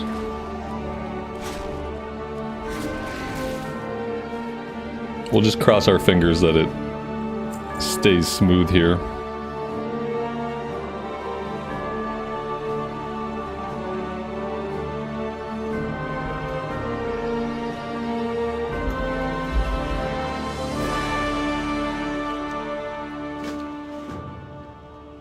Yeah, Mr. Santa, even with a 3060, I can't run full settings in Veldraken.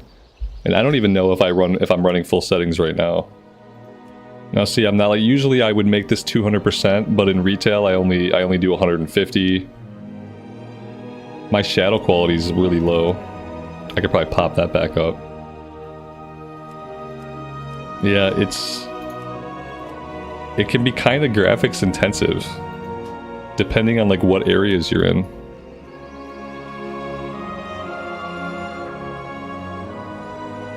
Veldraken always runs like crap.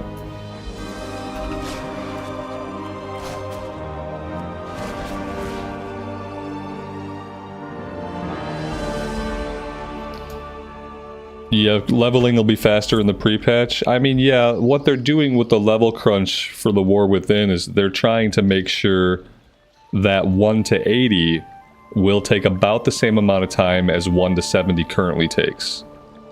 So, yeah, as a part of that, obviously the 1 to 70 is going to be faster.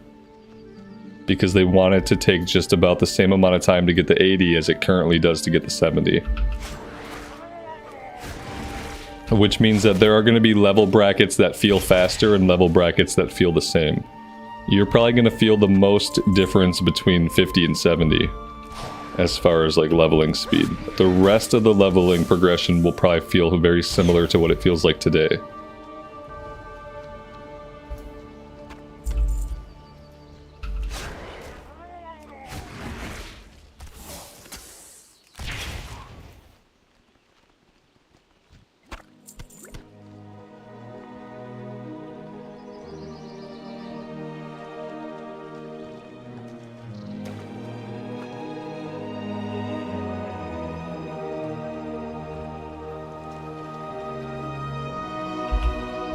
Yeah, that's what my previous rig was like. It had like an 11-year-old processor. I had shoved the 2060 into it. So the 2060 like prolonged my old rig's life a little bit. But eventually, like, it became too much.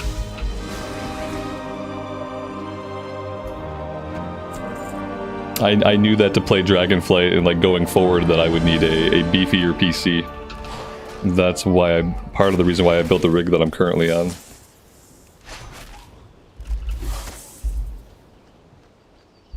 It's funny, if I spent the same amount of money today that I spent on this computer back during the chip crisis, I'd be able to have like a 4090 no problem. But because we were just coming out of the chip crisis when I built this rig, so graphics cards, they were coming down. They were no longer at their peak high prices, but they were still kind of expensive. If I built this same rig today with the same budget, I'd be able to have a 4090. Probably a slightly better processor. It's okay, in a few years, this will become my kid's PC, and I will build myself another one.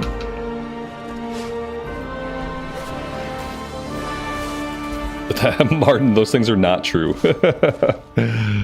Especially, none of it's true. But to be sure, I'm pretty sure dude's got a bigger brain than me. Yeah, he's definitely smarter than I am. We just talk differently. I talk like a smart person. He is a smart person. It's different. It's misleading.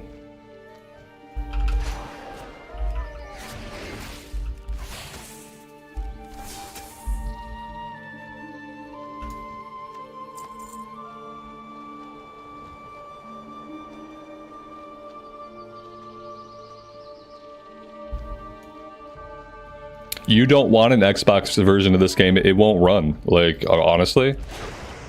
Here's a story. Last night, I went to check out ESO on the Game Pass on Xbox on my Series X. Because I thought, I'm going to keep streaming my current character, but wouldn't it be cool if I can have like a different Alliance character? To just like putz around in my spare time. So I installed it, huge install. I turned it on. It looks kind of like crap and it runs kind of like crap, so I say, okay, I'll put it in performance mode. Performance mode, it still looks like crap and runs like crap. It's capped, it's 30 FPS.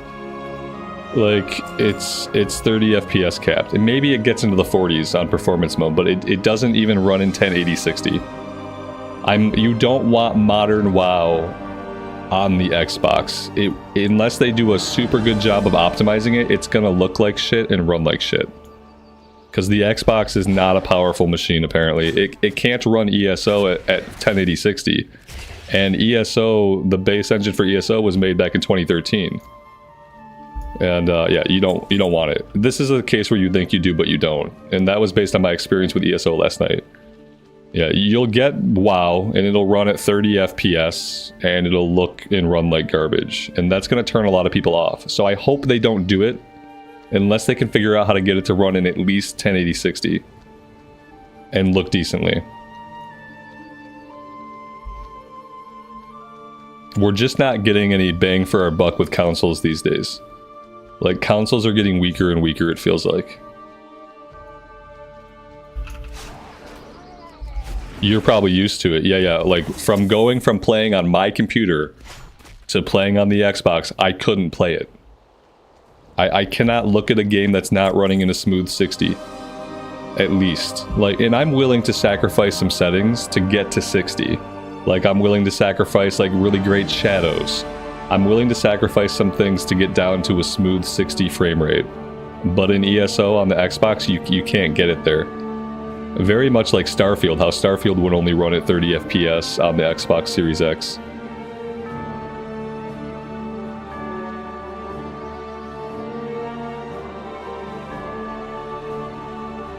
Yeah, the future of consoles is, unless it's an exclusive, it often seems like sometimes the exclusives, they run really well, they look really good. But if it's like a PC game that's been ported over or something like that, then they often don't look good and they don't run good.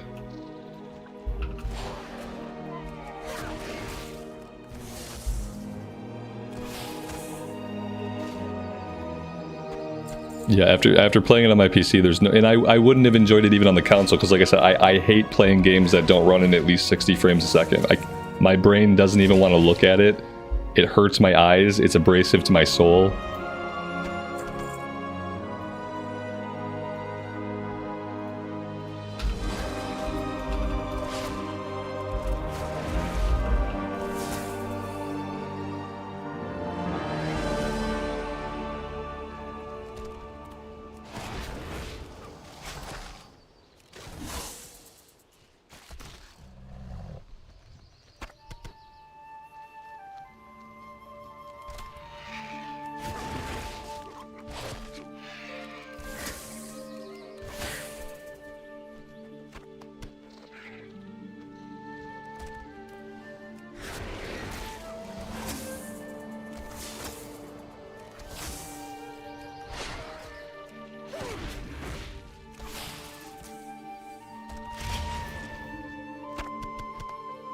I think they should put Classic WoW on the Game Pass first, because I think I think the Xbox might be able to run Classic WoW at 60 FPS. They should start there. That's where they should start, and they should see how that goes before they try to put like modern WoW on the Xbox.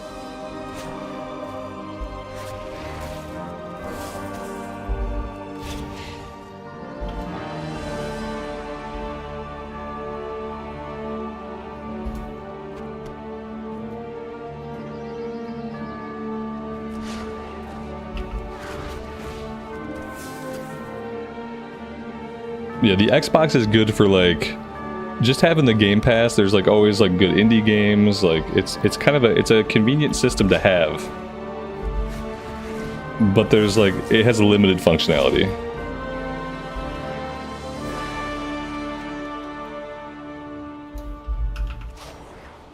Like these days, mainly my kid uses the Xbox. He plays Pal World on there. Pal World runs okay. He plays Among Us on there. Among Us obviously runs okay. Like nowadays the Xbox is mainly for the kid to play on. He basically runs it. He's got like a 300-hour Pale World run going.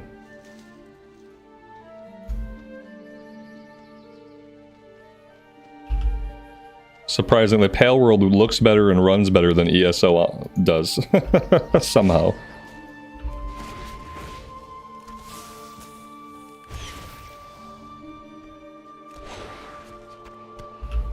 Johnny, good afternoon, buddy. Welcome to the stream. Thanks for stopping by.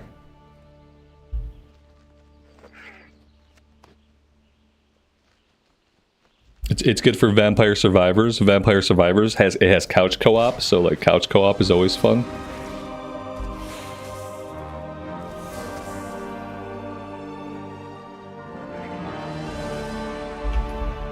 Cult of the Lamb. Another household favorite. Cult of the Lamb is also getting couch co-op in its next big update. That's going to be fun.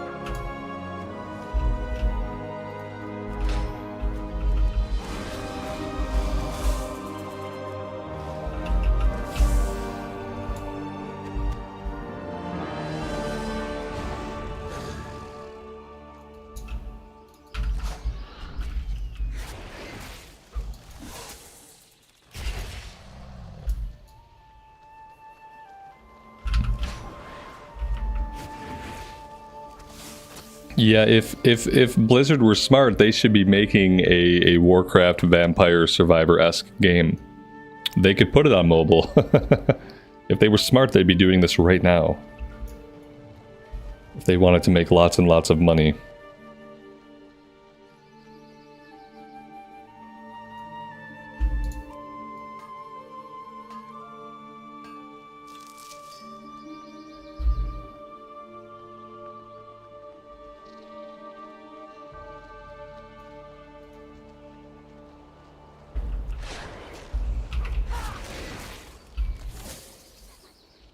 It was much nicer pre-Cata here. This zone came out okay.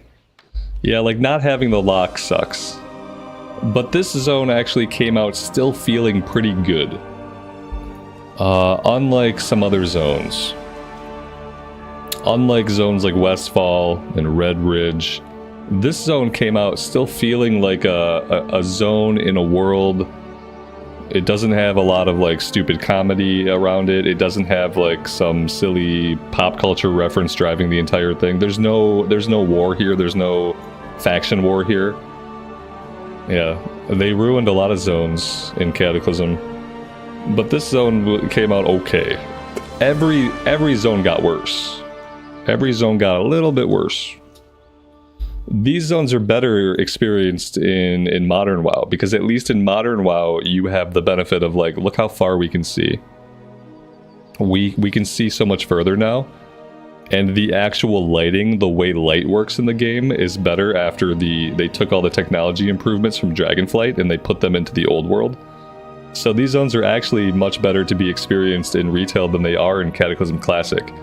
Because at least in retail, they're going to look better. You're going to be able to see further. The lighting is fixed. So at least there's that.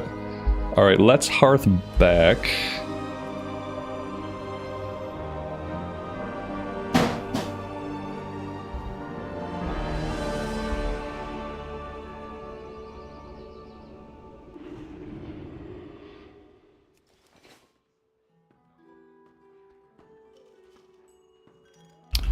Alright, let's see. We're 2 hours in. I want to play some more, but I need to take a lunch. So I am going to take a break right here. The time is 2:05. I'm going to be back in like 15-20 minutes. I'm gonna go eat some lunch and eat some actual food, get some actual calories, refill my coffee, stretch my legs a little bit. Let's say I'll be back here about around 2:25.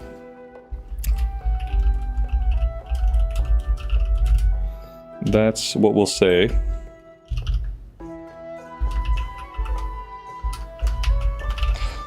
Let me pin that.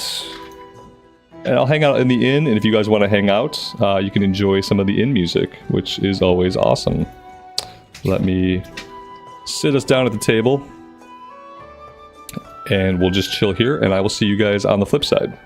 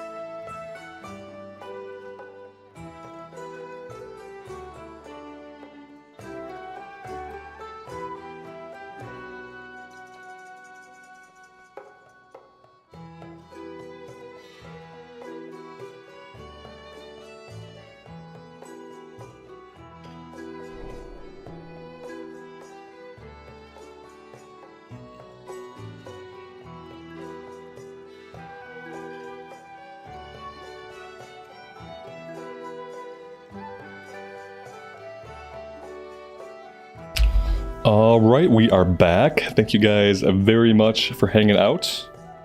I appreciate it. Let me take down the pinned message. And off we go.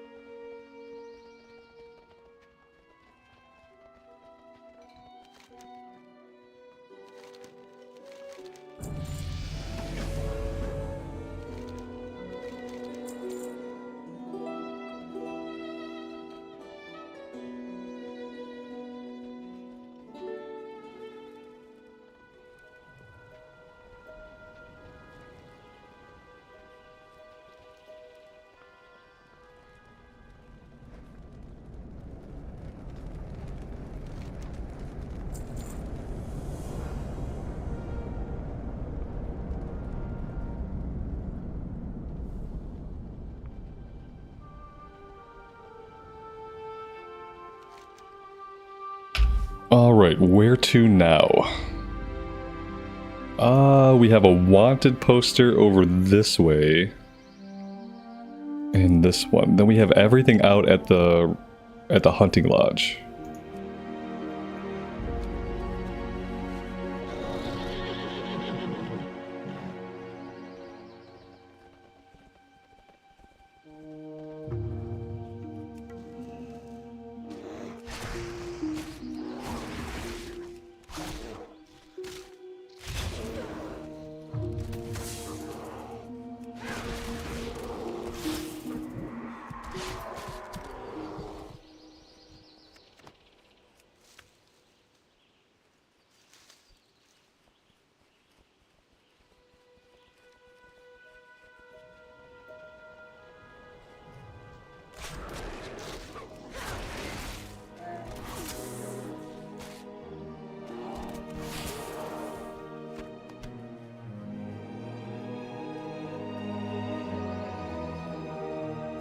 I should have grabbed the ribbon pull buff again.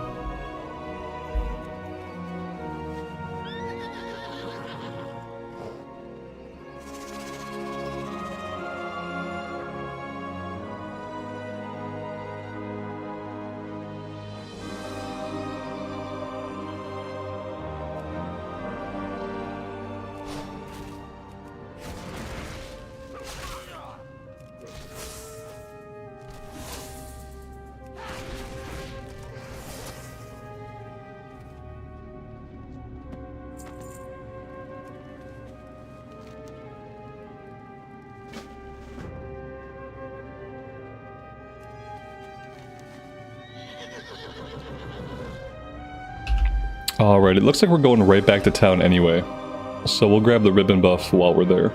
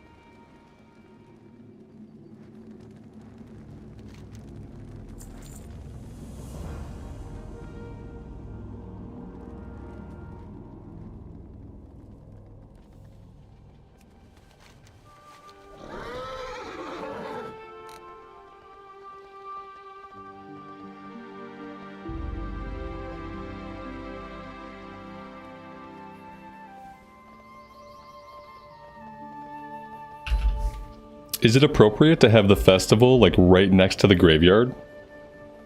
Don't you think it'd be better, like, on the other side of town? Yeah, I don't know if I'd have chosen that. Let's have our wonderful happy festival about summer be right by the graveyard.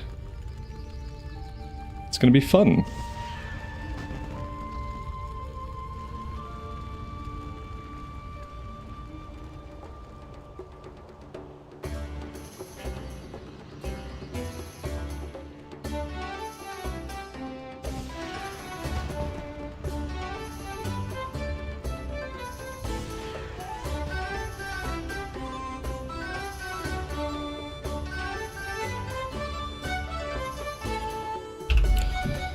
Let's see.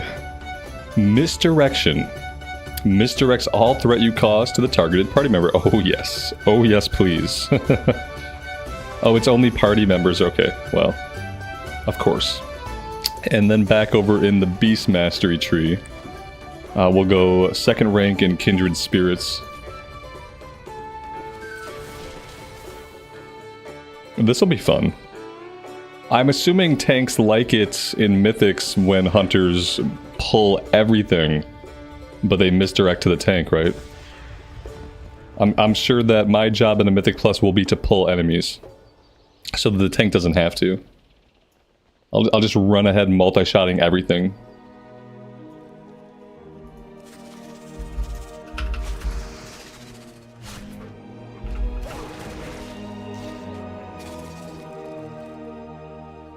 It's not part of the meta to take that talent. No, I'm sure that what they want me to do is to misdirect all the mobs onto them. I'm sure that's going to be my job. That I'm going to be the one pulling, right? As a hunter, that's what I do, right? I pull. I pull so the tank doesn't have to.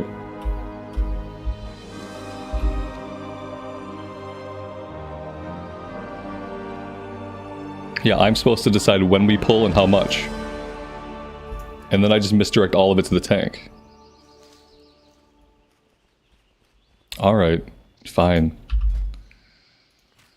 Fine. What do we actually want then? Reduce all damage you and your pet take by 20% for 6 seconds. Oh man, such a little cooldown. Like, by 20%? For only 6 seconds? And it's on a 3-minute cooldown. Like, I'm never gonna remember to use that. What about Tar Trap? Do I want any of this? It's questionable. I'm sure there's stuff down here I want. Yeah, I mean, I'll have to look something up.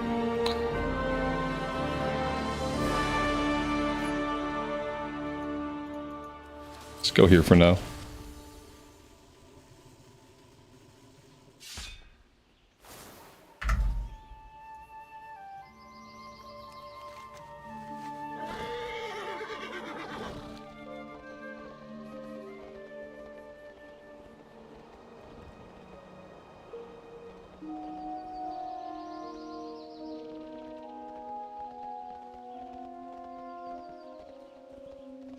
I should pull up a build though. Typically I spec however I want to, and then I have to learn the proper build later on. Maybe this time I should just kind of look at the build ahead of time. That way I can start to understand what it is that I'm doing, why I'm doing it. Could be a good idea.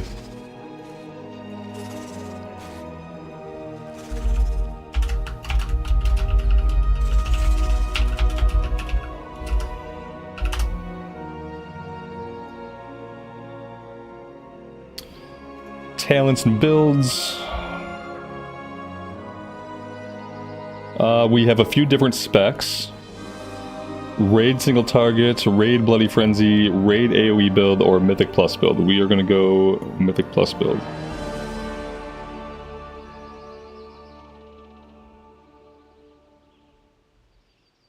Okay. Let's have a look. Okay. We don't go into that. We go here. Disengage also frees you from all movement impairing effects and increases your movement speed. Okay. And then over here, surprisingly, it doesn't have me go here, which is really interesting. It has us go here and 1 point here.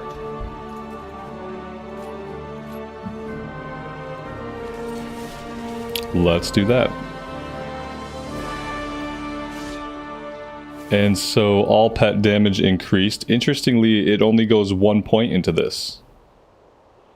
And then over here, aspect of the beast increases damage and healing of your pet's abilities. Okay, yeah, that's important. All right, there we go.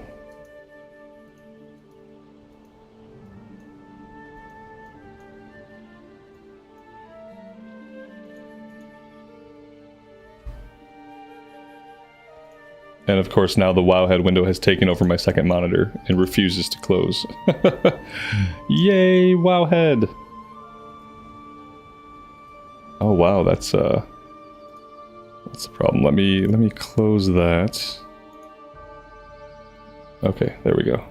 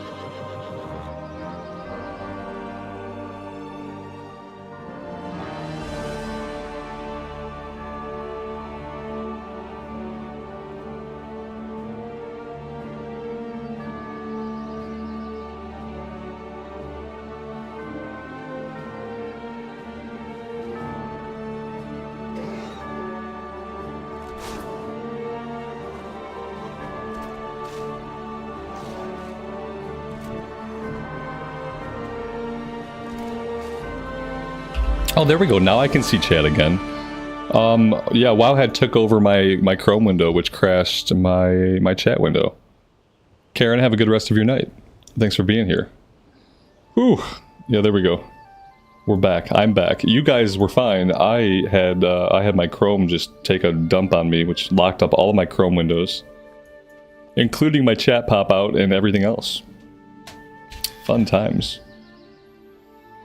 Yeah, I usually just pick whatever I want, but the problem is, then I have to learn what's going on with the class later. Like, I usually just pick what I want, whatever sounds good, the first thing I like I pick, but then later I have to come back and actually learn about what I'm doing.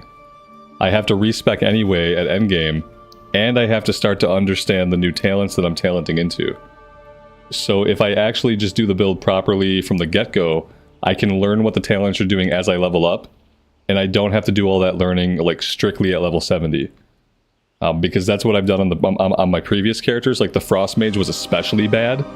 Like I didn't know anything about how the Frost Mage was really supposed to work until I respec'd, and then I had to read every talent that I respec'd into, and then only at level 70 form an idea of how to play it. So I think this will be better for me. I think it'll be better for me overall.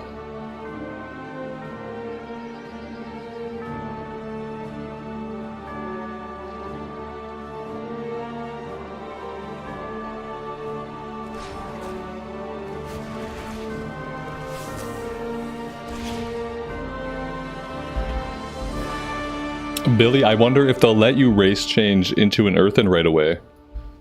Have they typically restricted the race changing into allied races when they first get introduced? Maybe they don't care. Yeah, I guess that'd be a way to make a lot of money. Because, like, otherwise you have to level an Earthen. Like, you'd have to level one up. So if you want your, if you want your main to be an Earthen, it makes sense to race change to it. But I wonder if they'll restrict that in some way.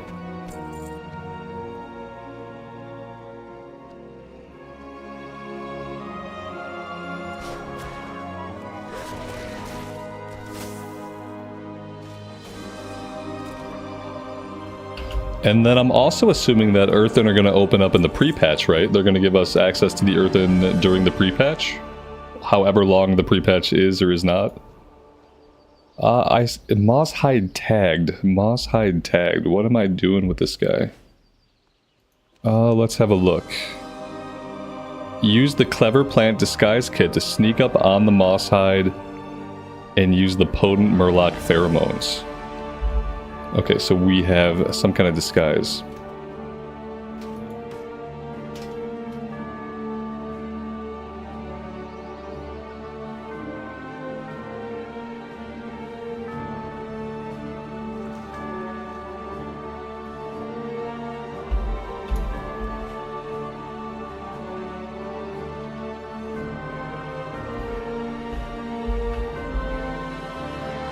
And I'm assuming there's another item. Here we go. Got it.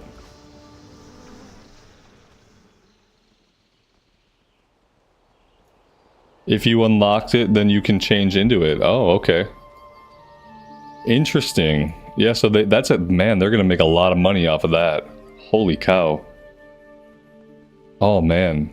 How much is it to race change? It's like $25 USD, isn't it? That's crazy. I'm pretty sure in the past they've restricted it. I don't have a pet. Why don't I have a pet? Maybe my pet is dead.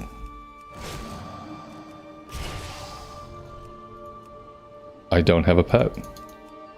Oh, this is call pet 3. Okay, I don't want to call pet 3. I want to call my pet. Oh, he's over here. There we go. We're good. It's on sale right now. Oh, of course it is.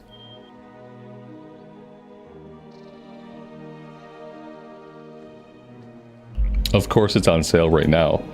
Will it be on sale when the Earthen are available? Probably not. I guarantee you that by the time the Earthen are unlockable, the price for a race change will be back at full price. It's on sale right now because that's awesome, right? Hey, a sale, everybody loves a good sale. But they're doing the sale now so that by the time the Earthen come out, it can be back at full price. Because, like, everyone's going to want to do it then. Yeah, there's no way there's no way it stays on sale until August. Like, there's no way. The sale's probably only going to run a few weeks. It's like the 4th of July sale, basically. Like, it's going to run for a few weeks, but by the time we get pre-patched, like, it's not going to be on sale anymore. Is it like a token now? Can you buy it like a token? Because the last time I did a change, I had to select the character, and then I had to select what they were changing into, like, right away in the interface where I made the purchase. Last time I did it, it wasn't like a token. It is a token now. Well, that's nice at least. That's really cool. I didn't know it was like a token style thing that you can hang on to. It didn't used to be like that. You made those selections right there on the screen where you paid. And then it just processed it. Well, there you go. Buy a few more. Either way, they're making more money because you're like, I bought 3. Like, instead of selling you 1, they sold you 3, and they made more money. They're going to make money no matter what, right?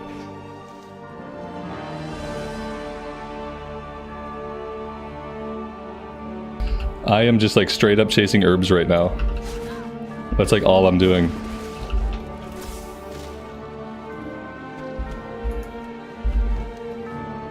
I guess what we're doing, we're running out to the hunting lodge.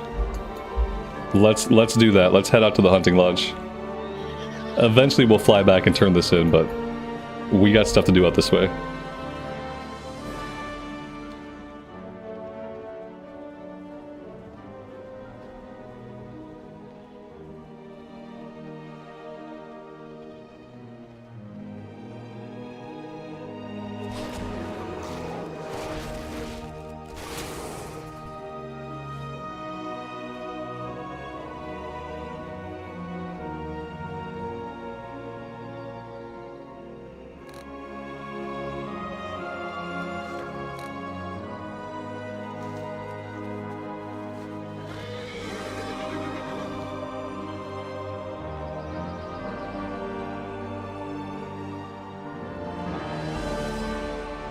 I do enjoy the foraging, but I do get like really distracted by it. And it's okay in a certain way, because at least we're getting decent XP. But it is very distracting. It's very easy to start following the trail of herbs, the trail of ore, and just realize like you're not even going in the direction of any of your quest.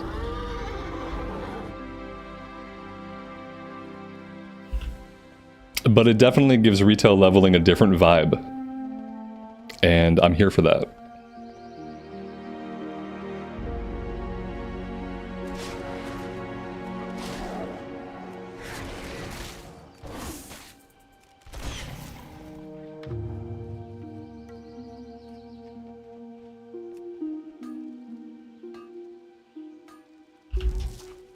The pigtail braids make her look like a warrior? Yeah. I might change this for one reason. I don't like the clipping of the weapon through the hair. So like I might have to give her a different haircut eventually, because like I know it's a small thing, right? I should just be able to ignore it. And for the most part I can, because when we're running it's like this. So but then when we're stationary it's like this. So I might change her haircut eventually. This was a homage to our classic era hardcore hunter who had the same hair. It's also because of this. Ready? It's gonna happen fast, so pay attention. You don't want to miss it. Ready? 1, 2, 3. It's also because of that. They do a cool little like impossible gravity-defying twirly action when you do mend pets or revive pet. Now revive pet used to be a cast, so you'd have to revive pet, it would go for like 3 seconds. And while you're doing that, your pigtails are like little propeller blades. So it used to be more fun, that's what I'm saying. In vanilla, this hairstyle was more fun. Yeah, when the weapon's off, it looks fine.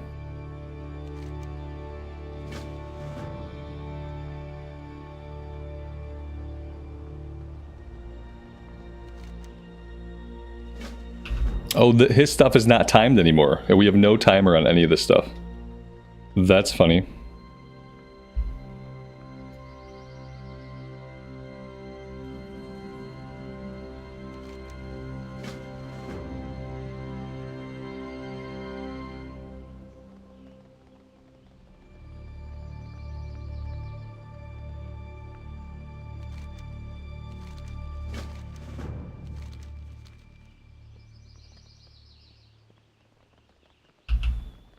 Billy, you just got an Ascension ad? Oh my god, these people. Of course you did.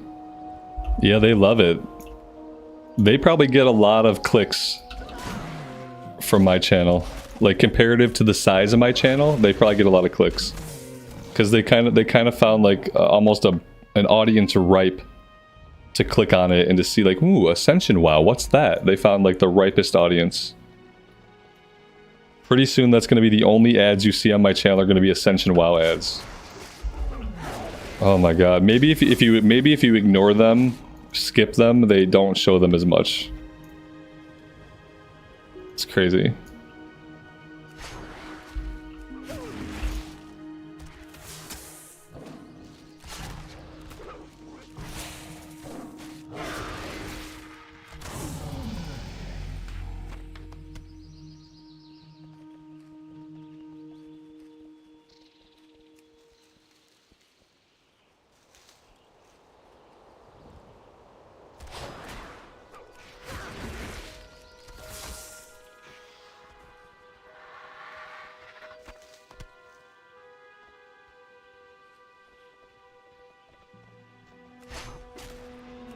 Oh yeah, they know what you're into.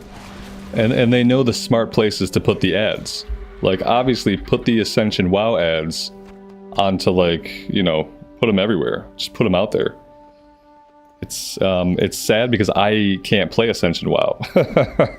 So, like, I can't check out the ads that play on my channel. Even if I would want to. Even if it's a really well done ad. I can't check it out. What do we want here? Let's see. Let me go back. Oh yeah, I had the guide up, and then the guide took over my Chrome. I'm pretty sure we're going natural mending 2. Pretty sure that's what we're doing next.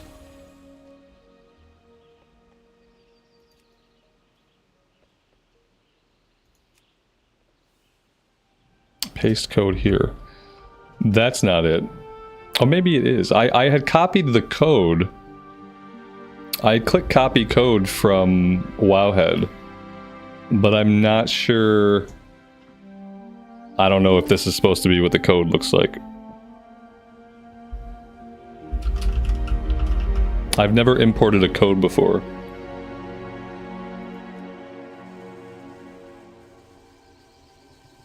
That, yeah, there we go. There we go. Code imported. So what's that gonna do? Now will it show me what to click on per the build? Now that I have that imported? You don't think it works when you don't have all your points? Yeah, that's what I was wondering. It did reallocate. It fixed what it thought was wrong. So maybe it'll show me what to click next. You know, we'll see. You think I have to keep importing the same code? Okay, that's lame. That's lame. It should just like show me what to pick. That'd be super cool. Alex, good afternoon, man. Welcome.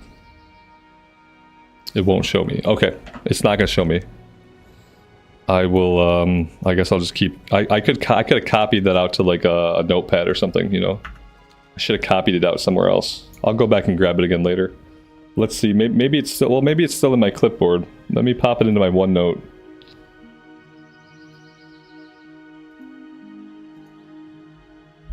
Okay, there we go. I just popped it into my OneNote, so I'll just re-import. I'll re-import later on.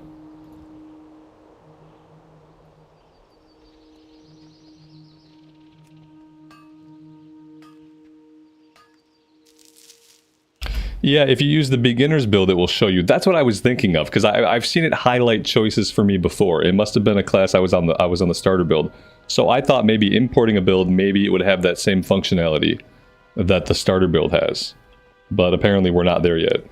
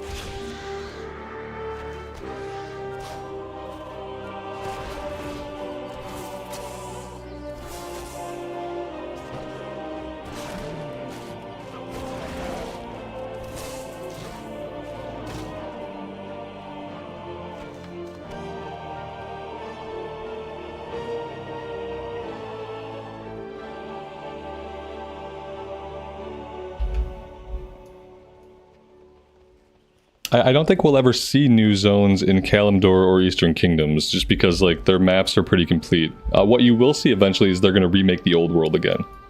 You'll eventually see another world revamp, where like the Eastern Kingdoms and Kalimdor gets upgraded. But I don't really think there's anywhere to squeeze in like new zones, because like the silhouette of the continents is like it's pretty established. So I think with Cataclysm they squeezed in really all they could. When they did Cataclysm, they added the zones to the Eastern Kingdoms and Kalimdor, and they basically squeezed them for all their juice when they did that. But we will see a revamp.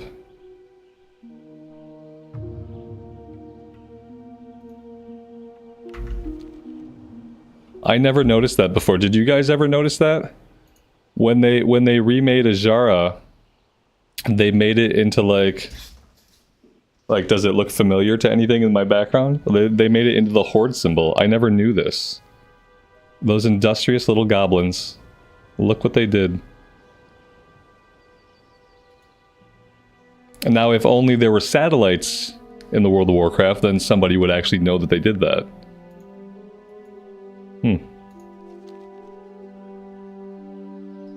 Fill the gap between the Ghostlands and the Plaguelands?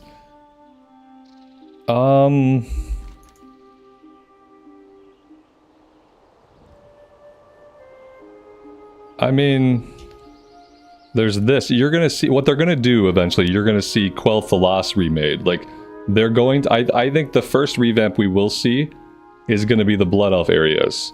And they're gonna they're probably gonna restore them. Maybe the Ghostland stops being the Ghostlands and it just all is very Quel'Tha the Lost, Eversong Woods-ish. And then, yeah, I think then you'll see this piece of land, like whatever this is, will probably get incorporated into like a bigger Quel'Tha the Lost. And I would think this would probably be the first revamp you'd see before they because it's been so long. Like before they'll probably do this in like some kind of special scenario. It'll be part of a patch, you know, the retaking of Quel'Tha the Lost or something. I don't know. Like, then I don't know what that is. But like, I think it would just get worked in. Whatever it is, Western Plaguelands, nothing. Eastern Plaguelands. Yeah, I think it just gets swallowed up. We'll see.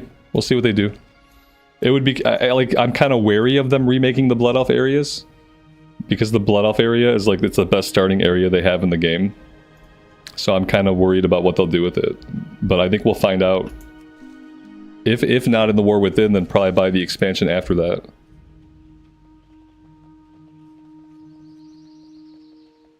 It'd be great if they did it right. Like if they just did it really well.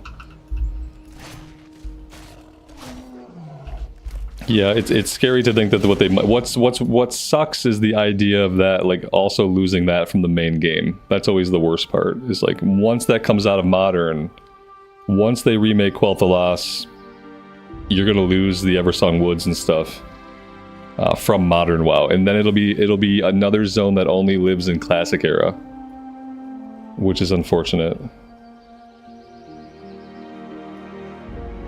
I guess they could make it, and I wonder if they would. They could make it to that if you do TBC time walking through Chromie, then it would restore those areas to how they were. That could be something they could do.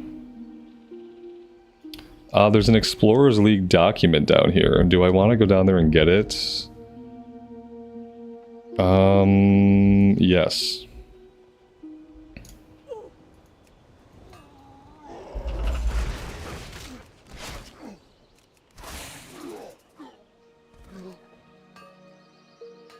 Yeah, I still don't think to this day you can fly in Eversong Woods at all, can you? Yeah, you can't pass between them either. Like I don't think you can fly from Plaguelands into Ghostlands, can you? Don't you still have to instance into this? Or did they ever fix that? Did they ever like actually make it part of the world?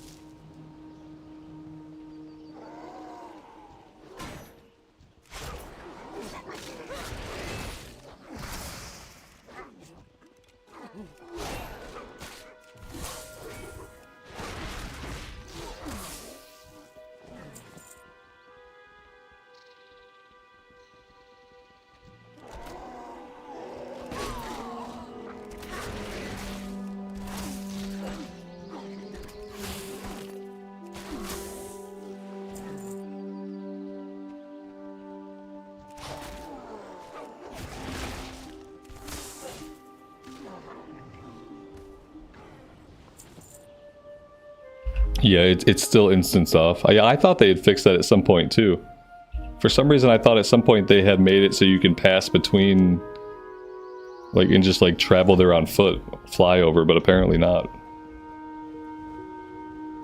Oh, hello there. A rare spawn. He just like popped up behind us.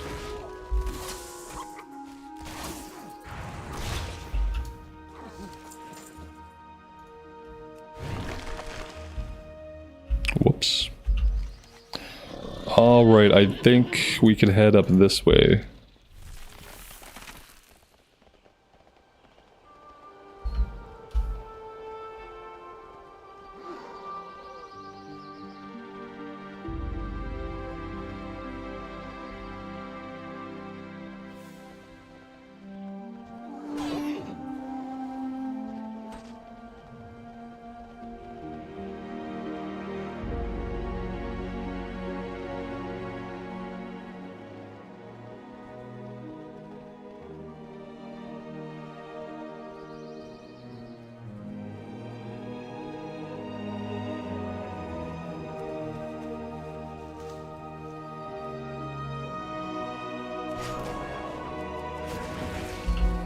Yeah, I mean, I wouldn't give up having access to my Game Pass, and I don't play the Xbox a lot, but like, I love having the Game Pass.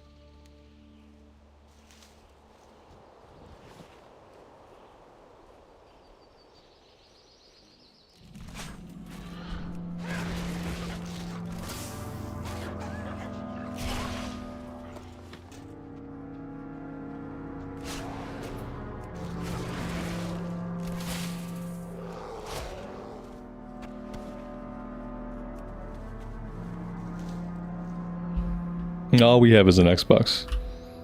No, I almost bought a PS5 for Final Fantasy VII Remake. But yeah, it's hard to justify. I know I won't play it, that's the problem. I spend so little time like actually playing on consoles that I know I won't play it. For me, if we got a PS5, it'd probably be another system that my kid takes over. He's already got a Switch and now he's basically taking over the Xbox, so he's got enough game systems.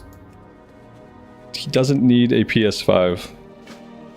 So I think I'm holding out. I'm holding out for the PS6.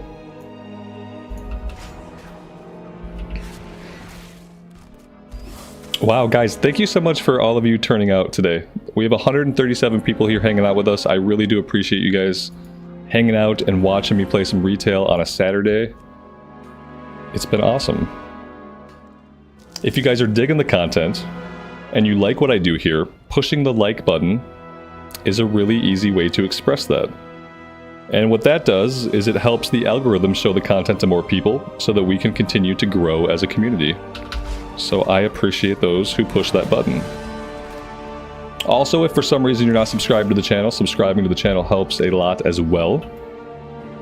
By my current calculations, I will have 100,000 subscriptions by the time I am 75 years old. So anything you guys can do to help that along, I'd appreciate it.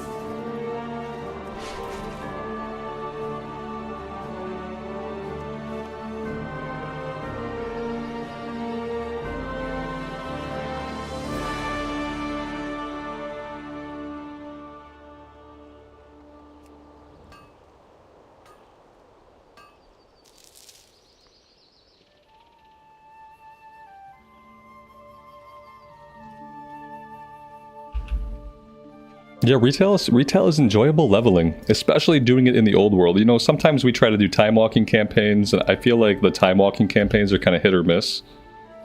But it's always really relaxing and really enjoyable to pick a character, level it up in the old world to learn a new class. Now that we're doing the mining and herbalism, that adds like just like another layer to it. And I try to pick zones to quest in that don't have like the big faction war, that don't have like a big story going on. You know, I try to pick zones that are as close to their vanilla era counterparts as possible. And I try to avoid like the places like Ashenvale, there's the big faction war. Stone Talon's got a big faction war. And so I try to pick zones that don't have that. I think that helps a little bit as well. Yeah, Winter Spring was actually good in I did Winter Spring on my Kata Hunter, and I did enjoy Winter Spring. I enjoyed Winter Spring and Feralus. Winter Spring and Feralus were my two favorite zones of everything I did on the Orc Hunter and Cataclysm. And they were the most, like, not unchanged, but they were the most, like, unadulterated. They didn't have the faction war. They didn't have goblins and all the jokes that go along with goblins and all the satire. You know what? Winterspring did have goblins, but it didn't feel bad. That's the strange thing. The goblins ruined Thousand Needles. And they didn't do a lot of good for Tanner's either, but the goblins in Winterspring felt fine. That's the really weird part, is I didn't mind them in Winterspring. That's interesting.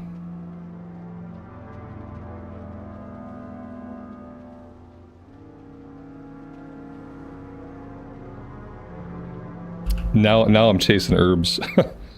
Now I'm just herb chasing. Where am I supposed to be going? I'm supposed to be going to the west.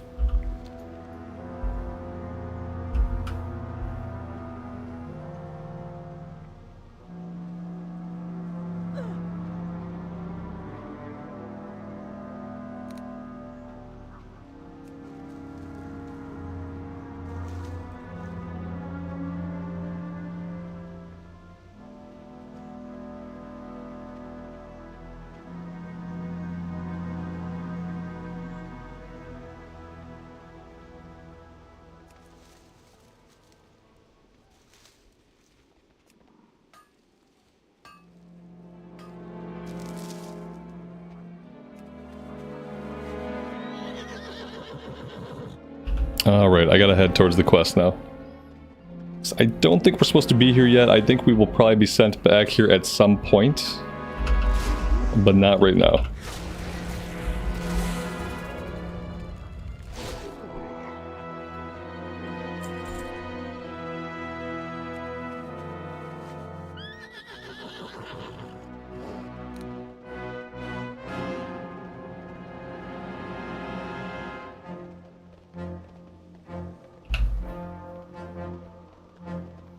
Cyberchild, good afternoon. Welcome to the stream.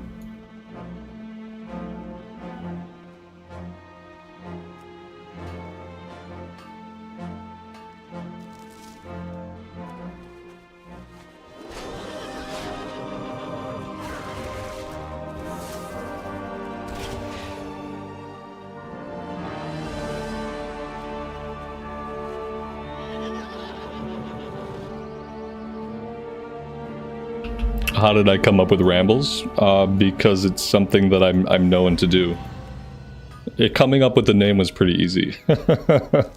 I knew I wanted to keep my first name so that I could just have a real name and not some like phony internet handle. So I knew I wanted to keep my first name, and then I just try to think of like what do I have a proclivity for? Going on and on and on when people will tell me like that's enough. Okay, that's enough. Robert, that's enough. Okay, yeah, no, we get it. And I just keep going. So it was pretty easy. Coming up with a name for the channel was the easiest part.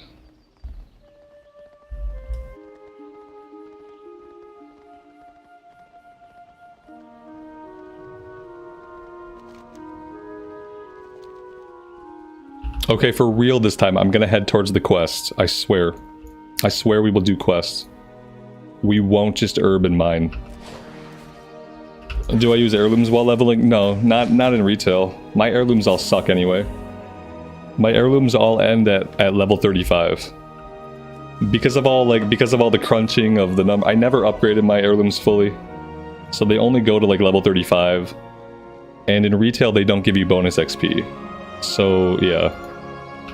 In retail they just make your character more powerful, and the characters are already pretty powerful. I like the natural kill rate that I have. I like being able to push a few of my buttons, so I intentionally don't use my heirlooms, because I don't want my person to be more powerful. I like the power level that we're currently at. And I don't like looking the same for the majority of the playthrough. I like getting a new piece of gear and throwing it on, you know? I like getting upgrades as I level up. Even if it's not like the most efficient thing a person could do, it's more enjoyable.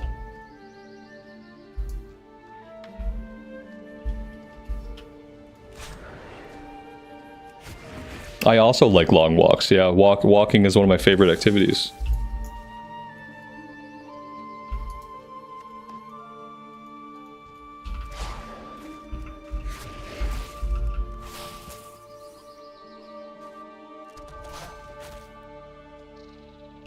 It takes 1.9 million gold to fully upgrade all my heirlooms. Yeah, not worth it. If I had 2 million gold, I'd be saving it. Yeah, if I had 2 million gold, I'd buy the transmog mount finally, and then I would save the rest of it. There's no way I would even spend that amount of money to upgrade them. It would probably have been much more cost efficient to have leveled them up as the level cap increased back in the day, all the way up to 120. It probably would have been more affordable to like be leveling them up as that was happening, and not after the fact, after the economy is so full of gold, you know. Yeah, it's already easy enough, right? Especially now that it doesn't provide an XP boost, leveling is easy enough.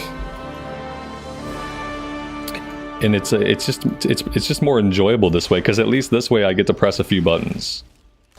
Whereas like if I was in full looms, kill command would probably one-shot this guy. Like kill command would probably one-shot most things if I was in full heirlooms.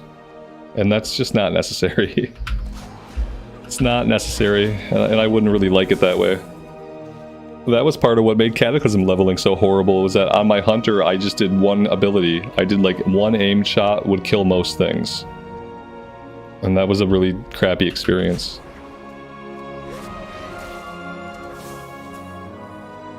Yeah, there is no trial for Classic. Classic, you need to have an active sub.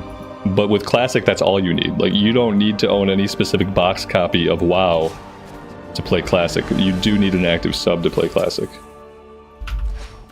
And then the free trial 1 to 20 is a retail trial. It's kind of one of the trade-offs of retail not having any boxed copy at all. There's nothing you have to buy, so the trade-off is you have to have a sub.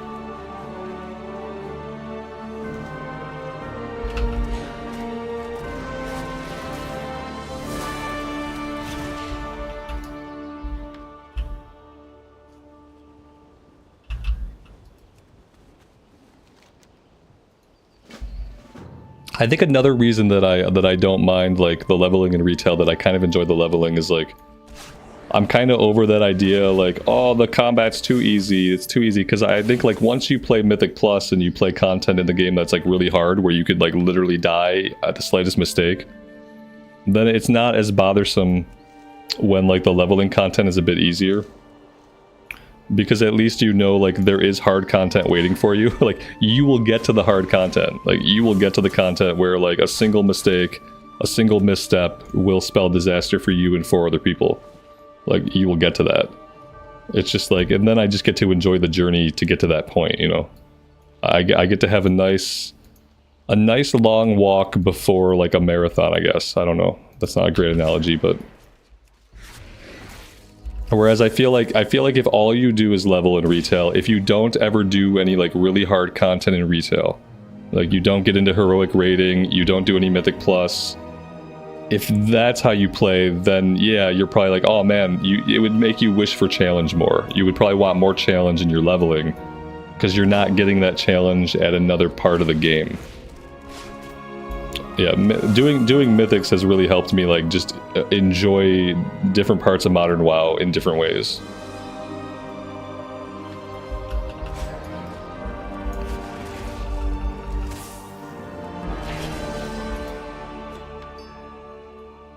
But that being said, I wouldn't want this to be any easier. Like I wouldn't want to have full heirlooms and just be like boom dead, boom dead. This gameplay kind of feels like an action RPG almost. Like with the combat speed the way it currently is, without heirlooms. Like you're pressing some of your buttons, but no single enemy is like super dangerous to you. If you were to pull like a bunch of enemies, like that could be dangerous. Which way do I want to go? Well, either way, I think we're closer here. We'll go back here, we'll turn in, then we'll fly back out to the lodge. Seems like a good plan.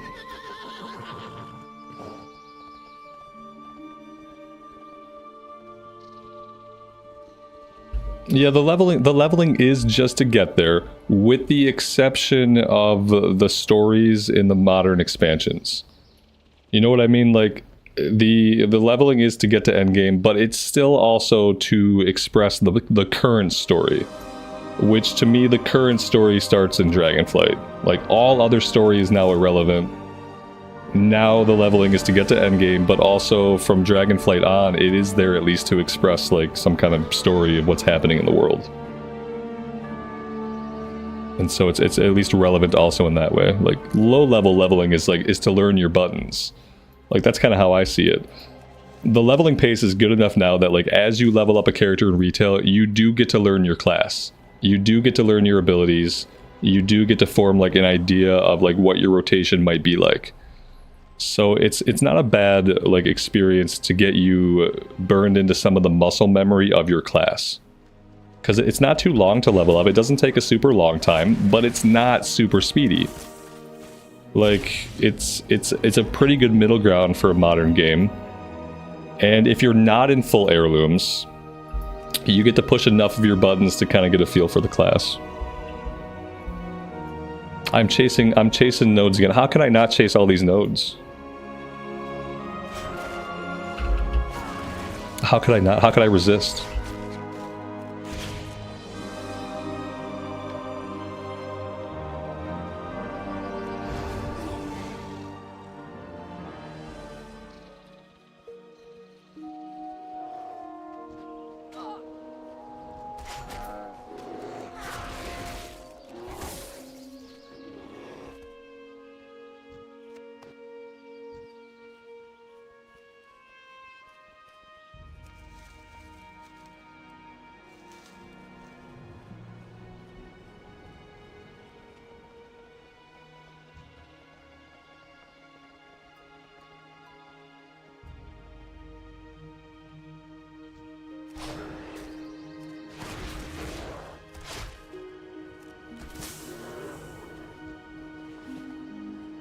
Yeah, right now they get funneled into BFA. Yeah, BFA is not really where it's just confusing because, like, the story that they try to force you into, a couple of things are bad, right? Like, they try to put you into the story of BFA, which would be okay, but the problem is you're gonna level out of the content before you see, like, really any of the story.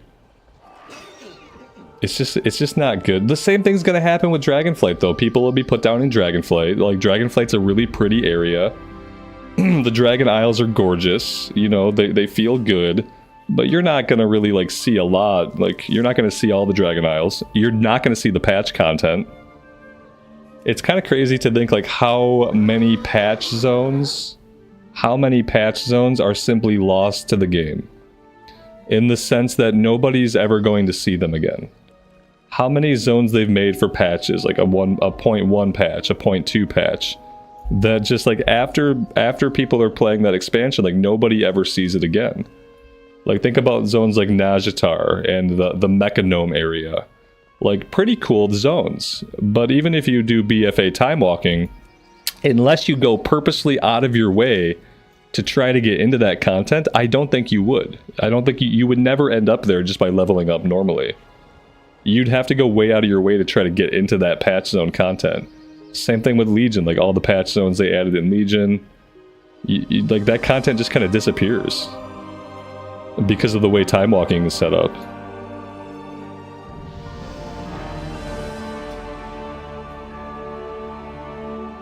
Yeah, you should be able to, they should, you know, the ideal Chromie time is one that's boiled down to, like, the necessary story quests and takes you on a journey through the story, through the patch stories, like, in the order so you can see the whole story of the expansion. That would only really work in, like, Mist of Pandaria or, like, Warlords of Draenor and beyond. But it would take a lot of quest curating. Like, someone would have to go in and look at all the quests and read all the quests and decide which ones are main story, and they would have to curate that entire experience. And they'd probably have to really slim it down because you level the character in, like, 25 or 30 hours. So you have 30 hours to tell the main story of the basic expansion, and then to tell the story of the subsequent patches. Like, a person could do it, you could do that, but they'd have to have somebody really, like, really keyed in to read all the quests and curate all that. Probably never gonna happen.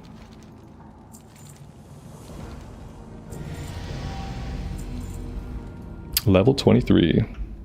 Yeah, the zone's like Korthia. Yeah, like, no one's ever gonna see Korthia again. It's kind of, it sucks in a way because they put that development time in, and sometimes the content is good, and then it just is never really seen again though after the expansion's over. Zereth Mortis. Zereth Mortis was a beautiful zone. Like, no one's ever going to see Zereth Mortis ever again. All the work they did, like the quest designers, the artists, the music guys, all the work they did is gone. Like, it's no longer relevant. It's kind of sad when you think of it that way. How much content in the game is technically there, but also like it's realistically lost forever.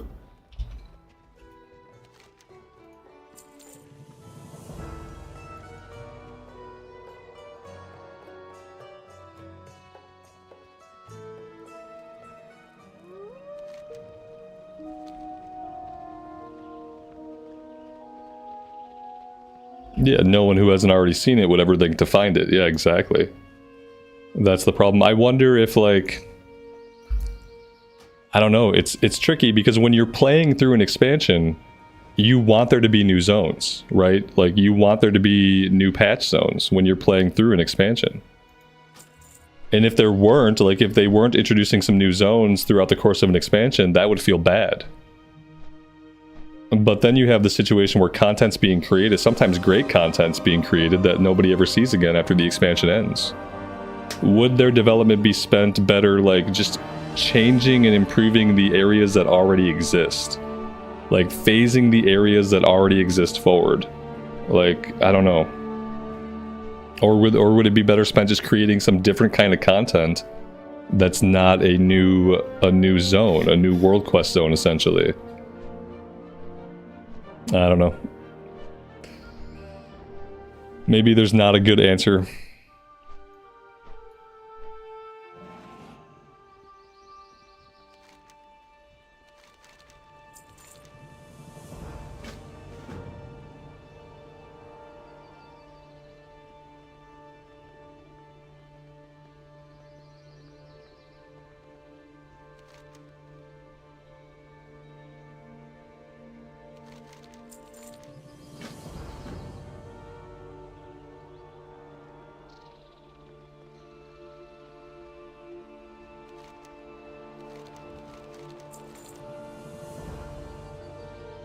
Yeah, I was thinking, like, yeah, find a way to do world progression.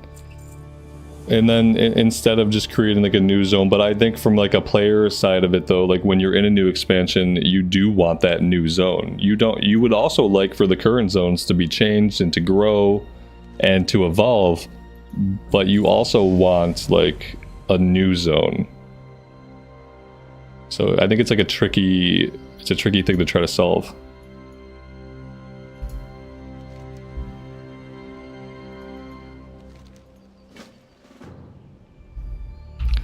Alright, apparently we have a few more things to do out here. Let's go north first after Old Sudi's Head.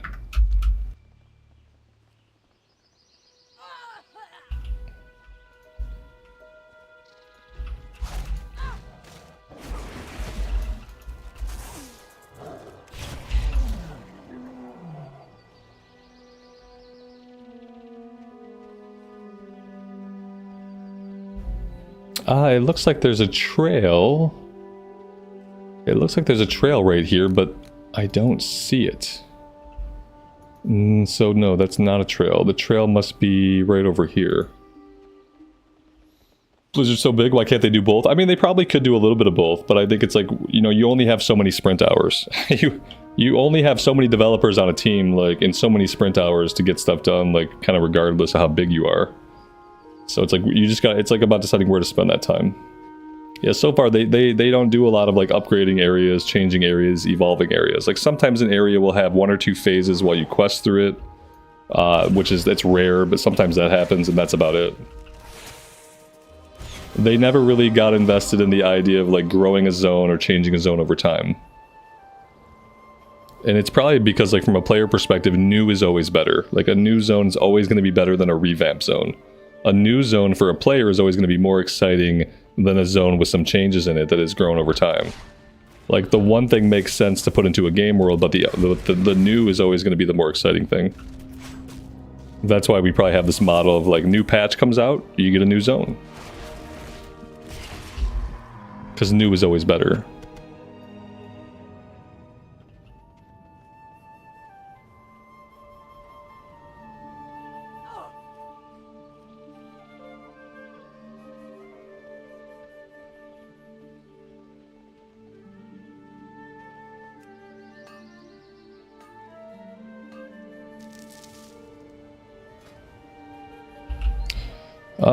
Okay, from here, I think I can just keep importing the build. Or wait, do I have to like delete the build and then rename the build? That's gonna get like very tedious. Maybe I can import, paste it in, and I should just be able to name it the same thing. And then like override it? I'm gonna have two different loadouts now, aren't I? Oh no, it doesn't override it. Ugh. Okay. Alright. That's not super optimal.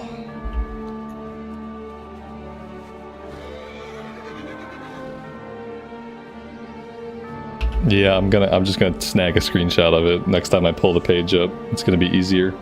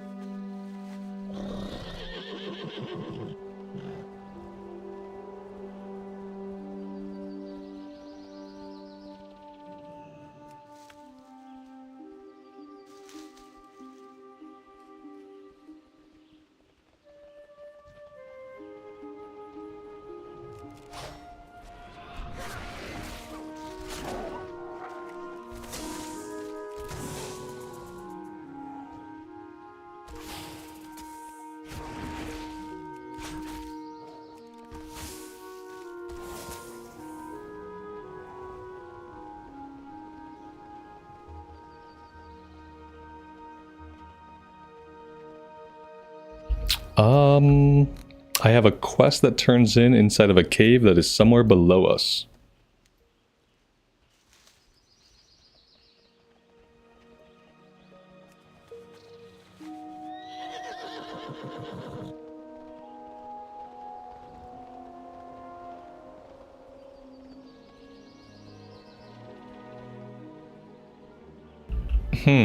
Yeah, I don't really know how to get where that's telling me to be. Maybe, I mean, maybe somewhere down here, but no, that's not right. Okay, oh, wait, what's this? That looks like a cave entrance. It looks far away, but that's gotta be it.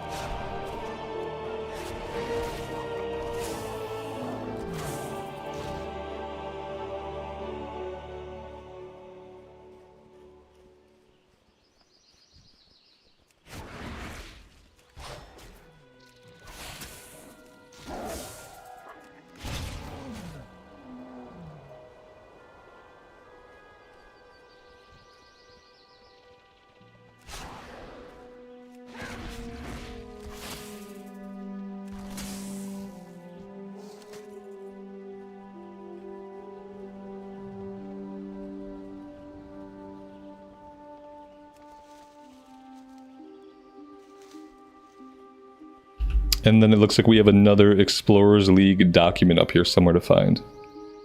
Basically just a free 4,000 XP if we find it.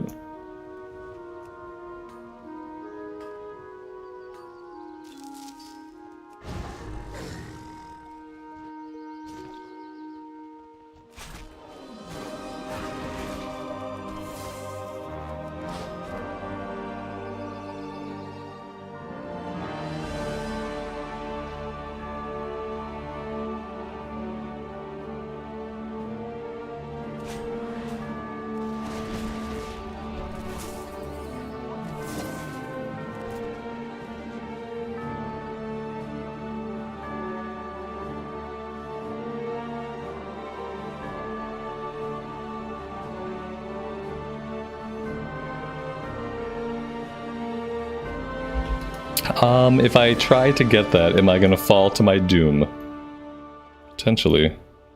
Oh, there we go. That's nice.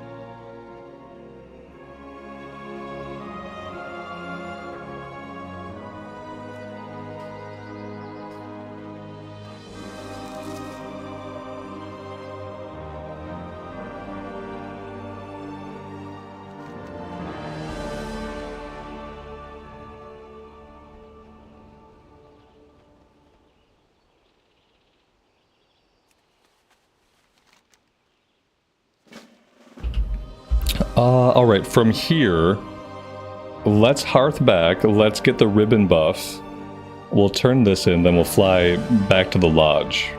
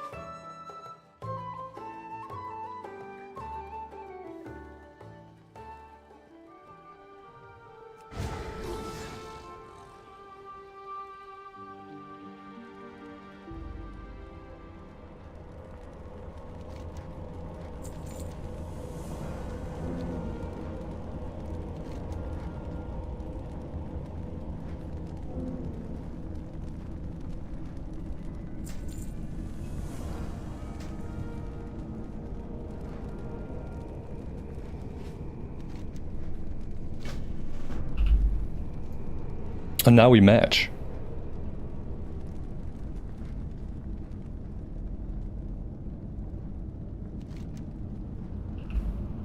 Oh, he gave us a quest to go this way and find these guys. Alright, let's run down and do that.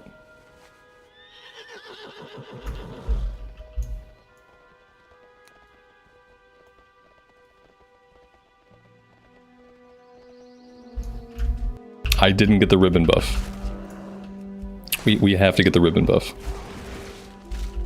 I'm doing so much more fighting now that I'm like hunting herbs down, that it just makes sense to have the buff.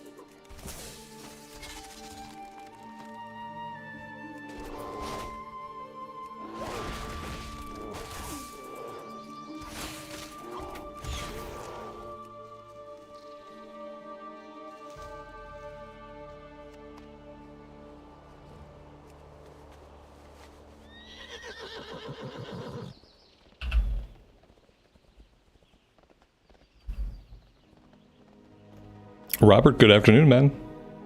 And that's awesome. That's awesome. Congratulations. The end is near, Mr. Santa. Ah, you gotta get going soon. Like the end. Sounds ominous. I think we are nearing the end of the zone, also. Ribbon pull. Here you are.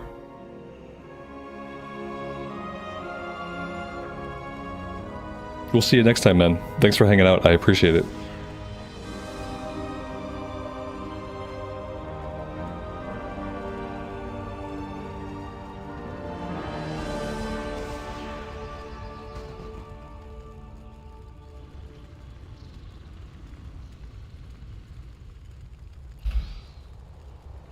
All 7 of them are finished with school now, Robert? That's great. That's good, though.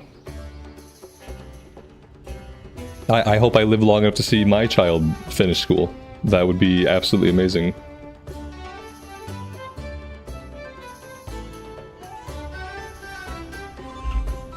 At this point, that's really all I want.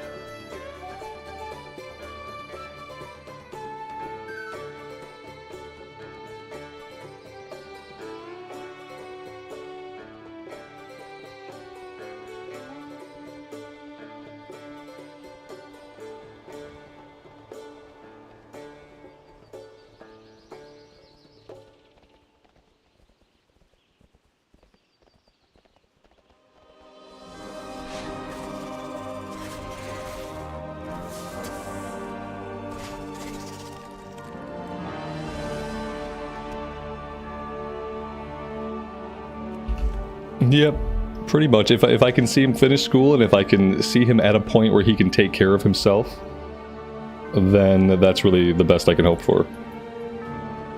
Yep, if he accomplishes his academic goals and he can take care of himself in the world, can't really hope for more than that, other than that they find some kind of happiness doing whatever it is they end up doing. I'm not going to chase all these herbs, I swear. Well, maybe I will. This is kind of on the way. Yeah, I might go after all this. Is it down below me? Yeah, it's down below me. Am I gonna have a way out of here? Yes. There will be an easy way out.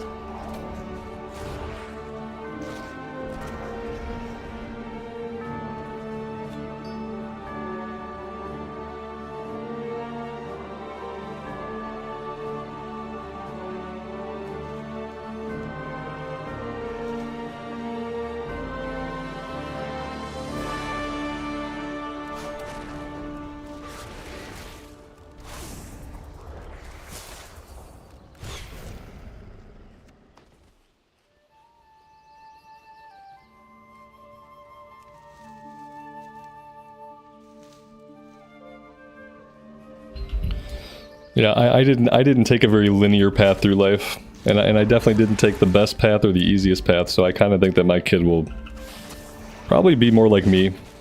I could hope for him to have like the linear path that makes sense, and I can talk to him about that path. But I didn't set that example. So I don't know if he'll have like such a linear life. He'll probably have something very similar to the life I had, which had its starts and stops and had its good and bad moments.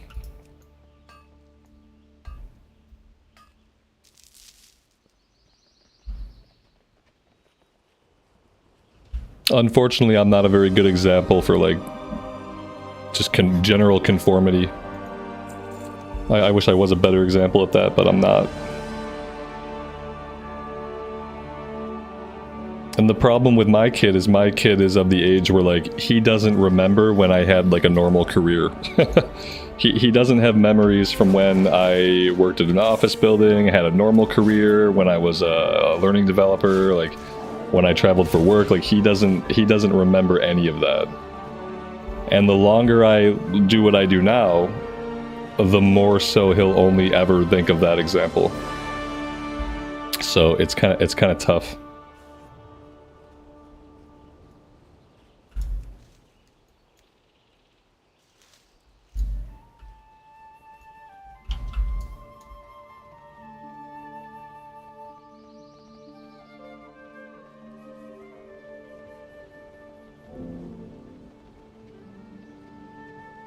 I left my people behind. I got so distracted by herbing and traveling and herbing that I left Holdar to his fate. We've lost Holdar, and we'll never see him again. So yeah, there's that. I just left him behind. Rip Holdar. Holdor! We left him. Yeah, I'm not too upset about it. That's fine. This is what happens when you're chasing herbs. We were supposed to get him all the way here, and we didn't. So, yeah. All right, let's keep going. There is a quest here. This one's probably for the Trogs. So at least we get to do this quest.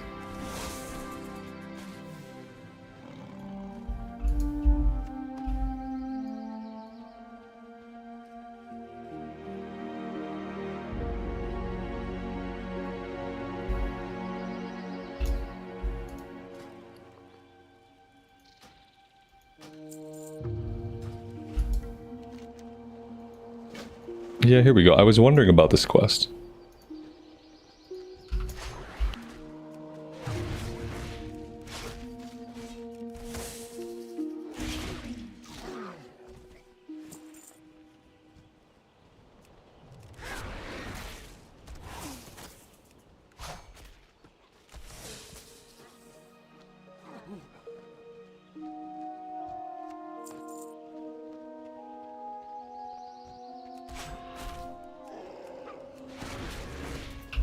The funny thing is, all of our gear says male, but these are obviously all like old school leather pieces.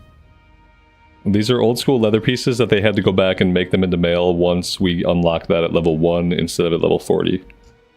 That's hilarious. They just went in and renamed it.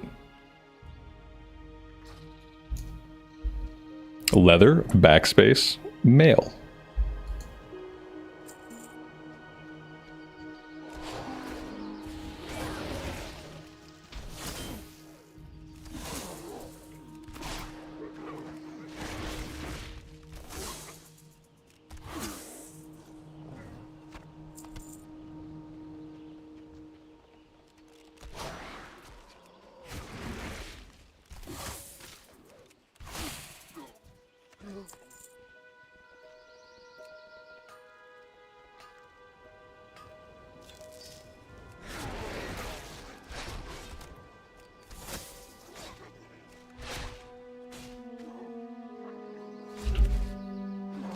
Robert, I appreciate you stopping by, man.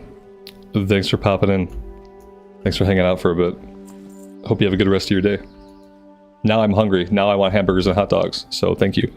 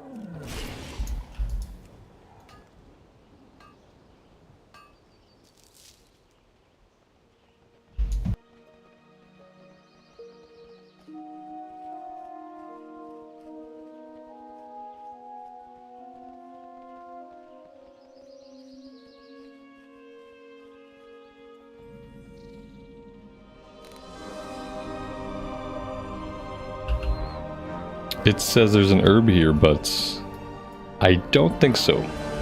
If there is an herb here, it's maybe under the ground. Yeah, we can't get to it.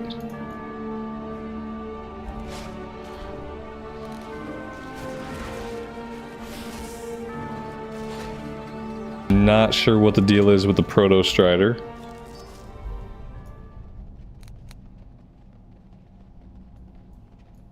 Apparently it's a cave full of Proto Striders. Apparently that's the whole deal.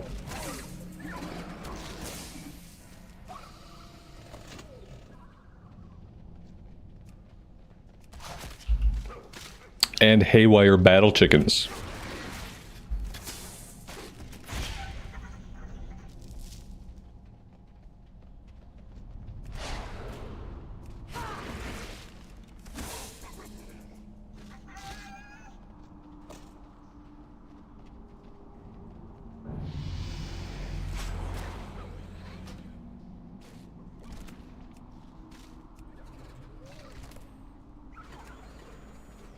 I think being in a guild, don't I get the 15-minute Hearthstone? Yeah, I think once this comes off cooldown, I think after that, if I'm in a guild, we should get a shorter cooldown on the Hearthstone.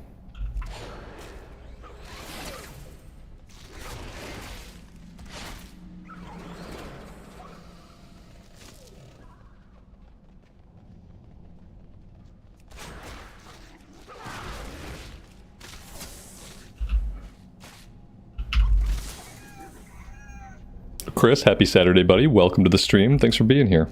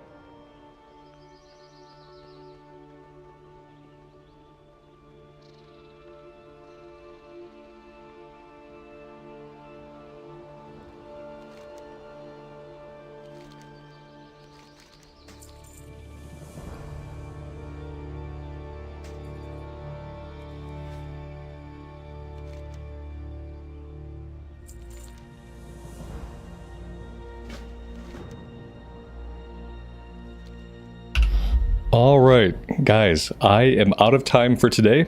This is going to be a good place for us to take a break. Thank you all very much for hanging out with me this Saturday and letting me play some retail WoW. I really do appreciate you guys being here. If you had a good time, leaving a like really does help me out a lot. I appreciate those that do. And until next time, take care of yourselves, take care of each other, and we will see you back here again sometime very soon. Bye for now.